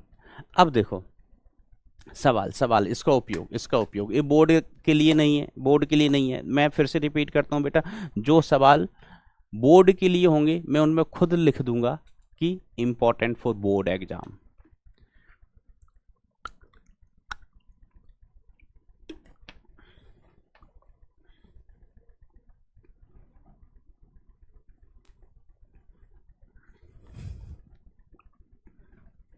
पागल आदमी कह रहे हैं इनका परिभाषा लिख दीजिए।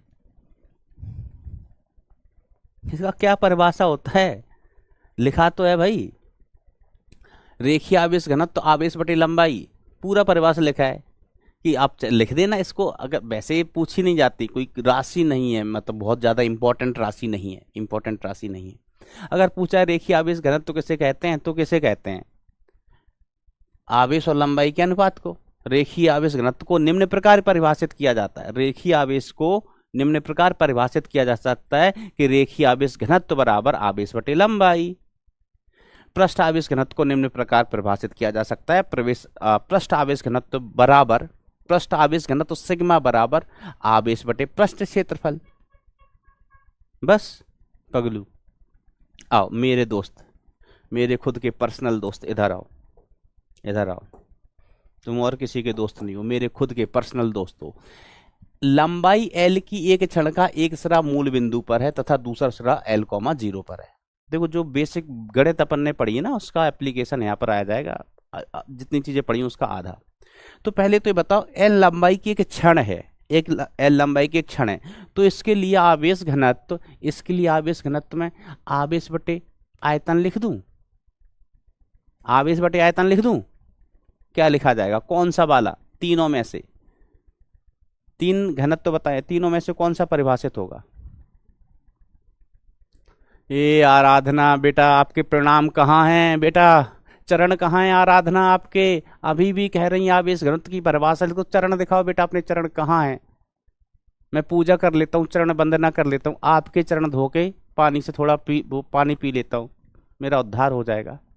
बेटा आवेश घनत्व एक वस्तु के लिए परिभाषित नहीं होता कि आवेश घनत्व की परिभाषा लिख दो।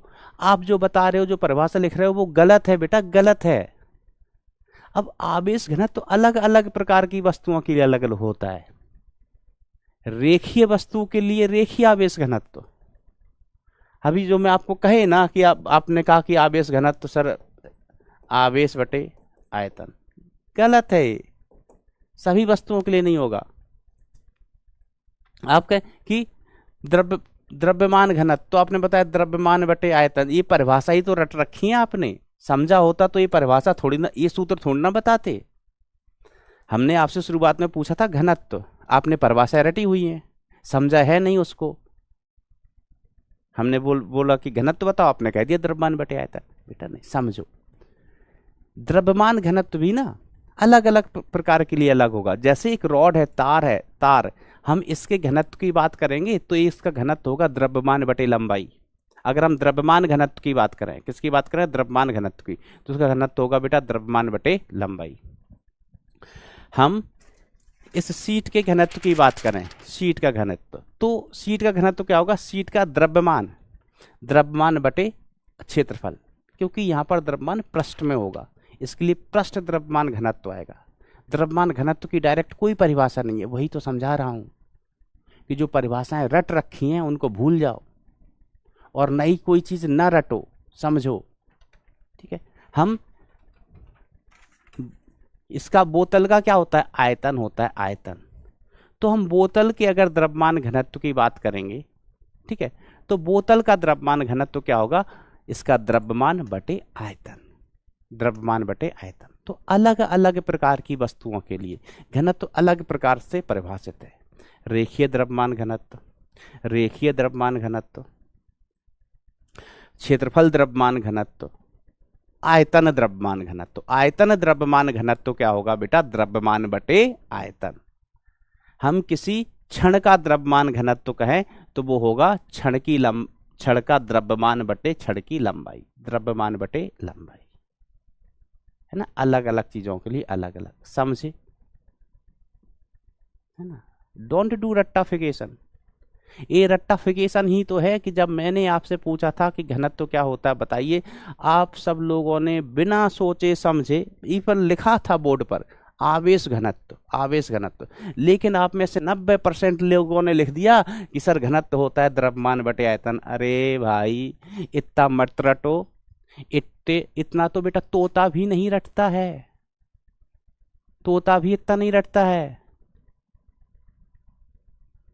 तोते से भी पूछो ना कि तुम्हारे मालिक का क्या नाम है, मालिक का क्या नाम है, तो तोता भी पूछ लेता है कौन से वाले मालिक का, बड़े मालिक का नाम बताना है कि छोटे मालिक का नाम बताना है।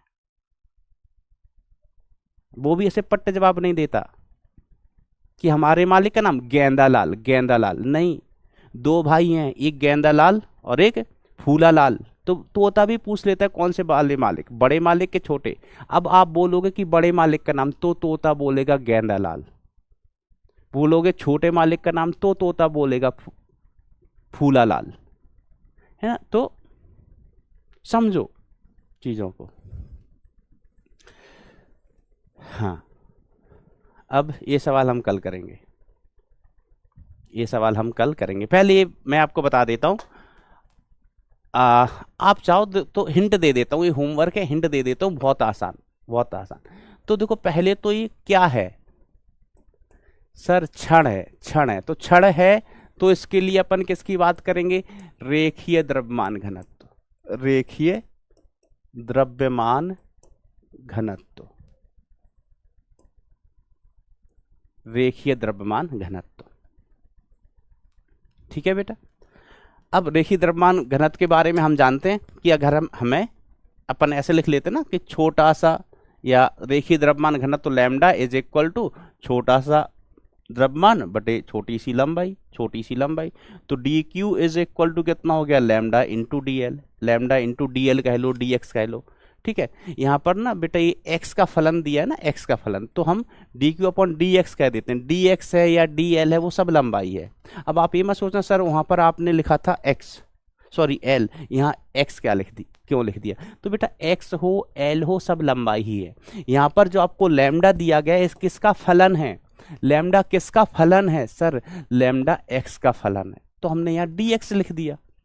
अगर यहाँ लैम्डा में लैम्डा नॉट इंटू बाई होता, देखो लैम्डा नॉट तो कांस्टेंट है, ये लैम्डा नॉट इंटू बाई होता तो हम डी क्यू बटे डी बाई लिख देते, है ना, क्योंकि एक्स लंबाई को हम एक्स से भी प्रदर्शित कर देते हैं, एल से भी कर देते हैं, बाई से भी कर देते हैं, सबसे कर देते हैं ना ऐसा।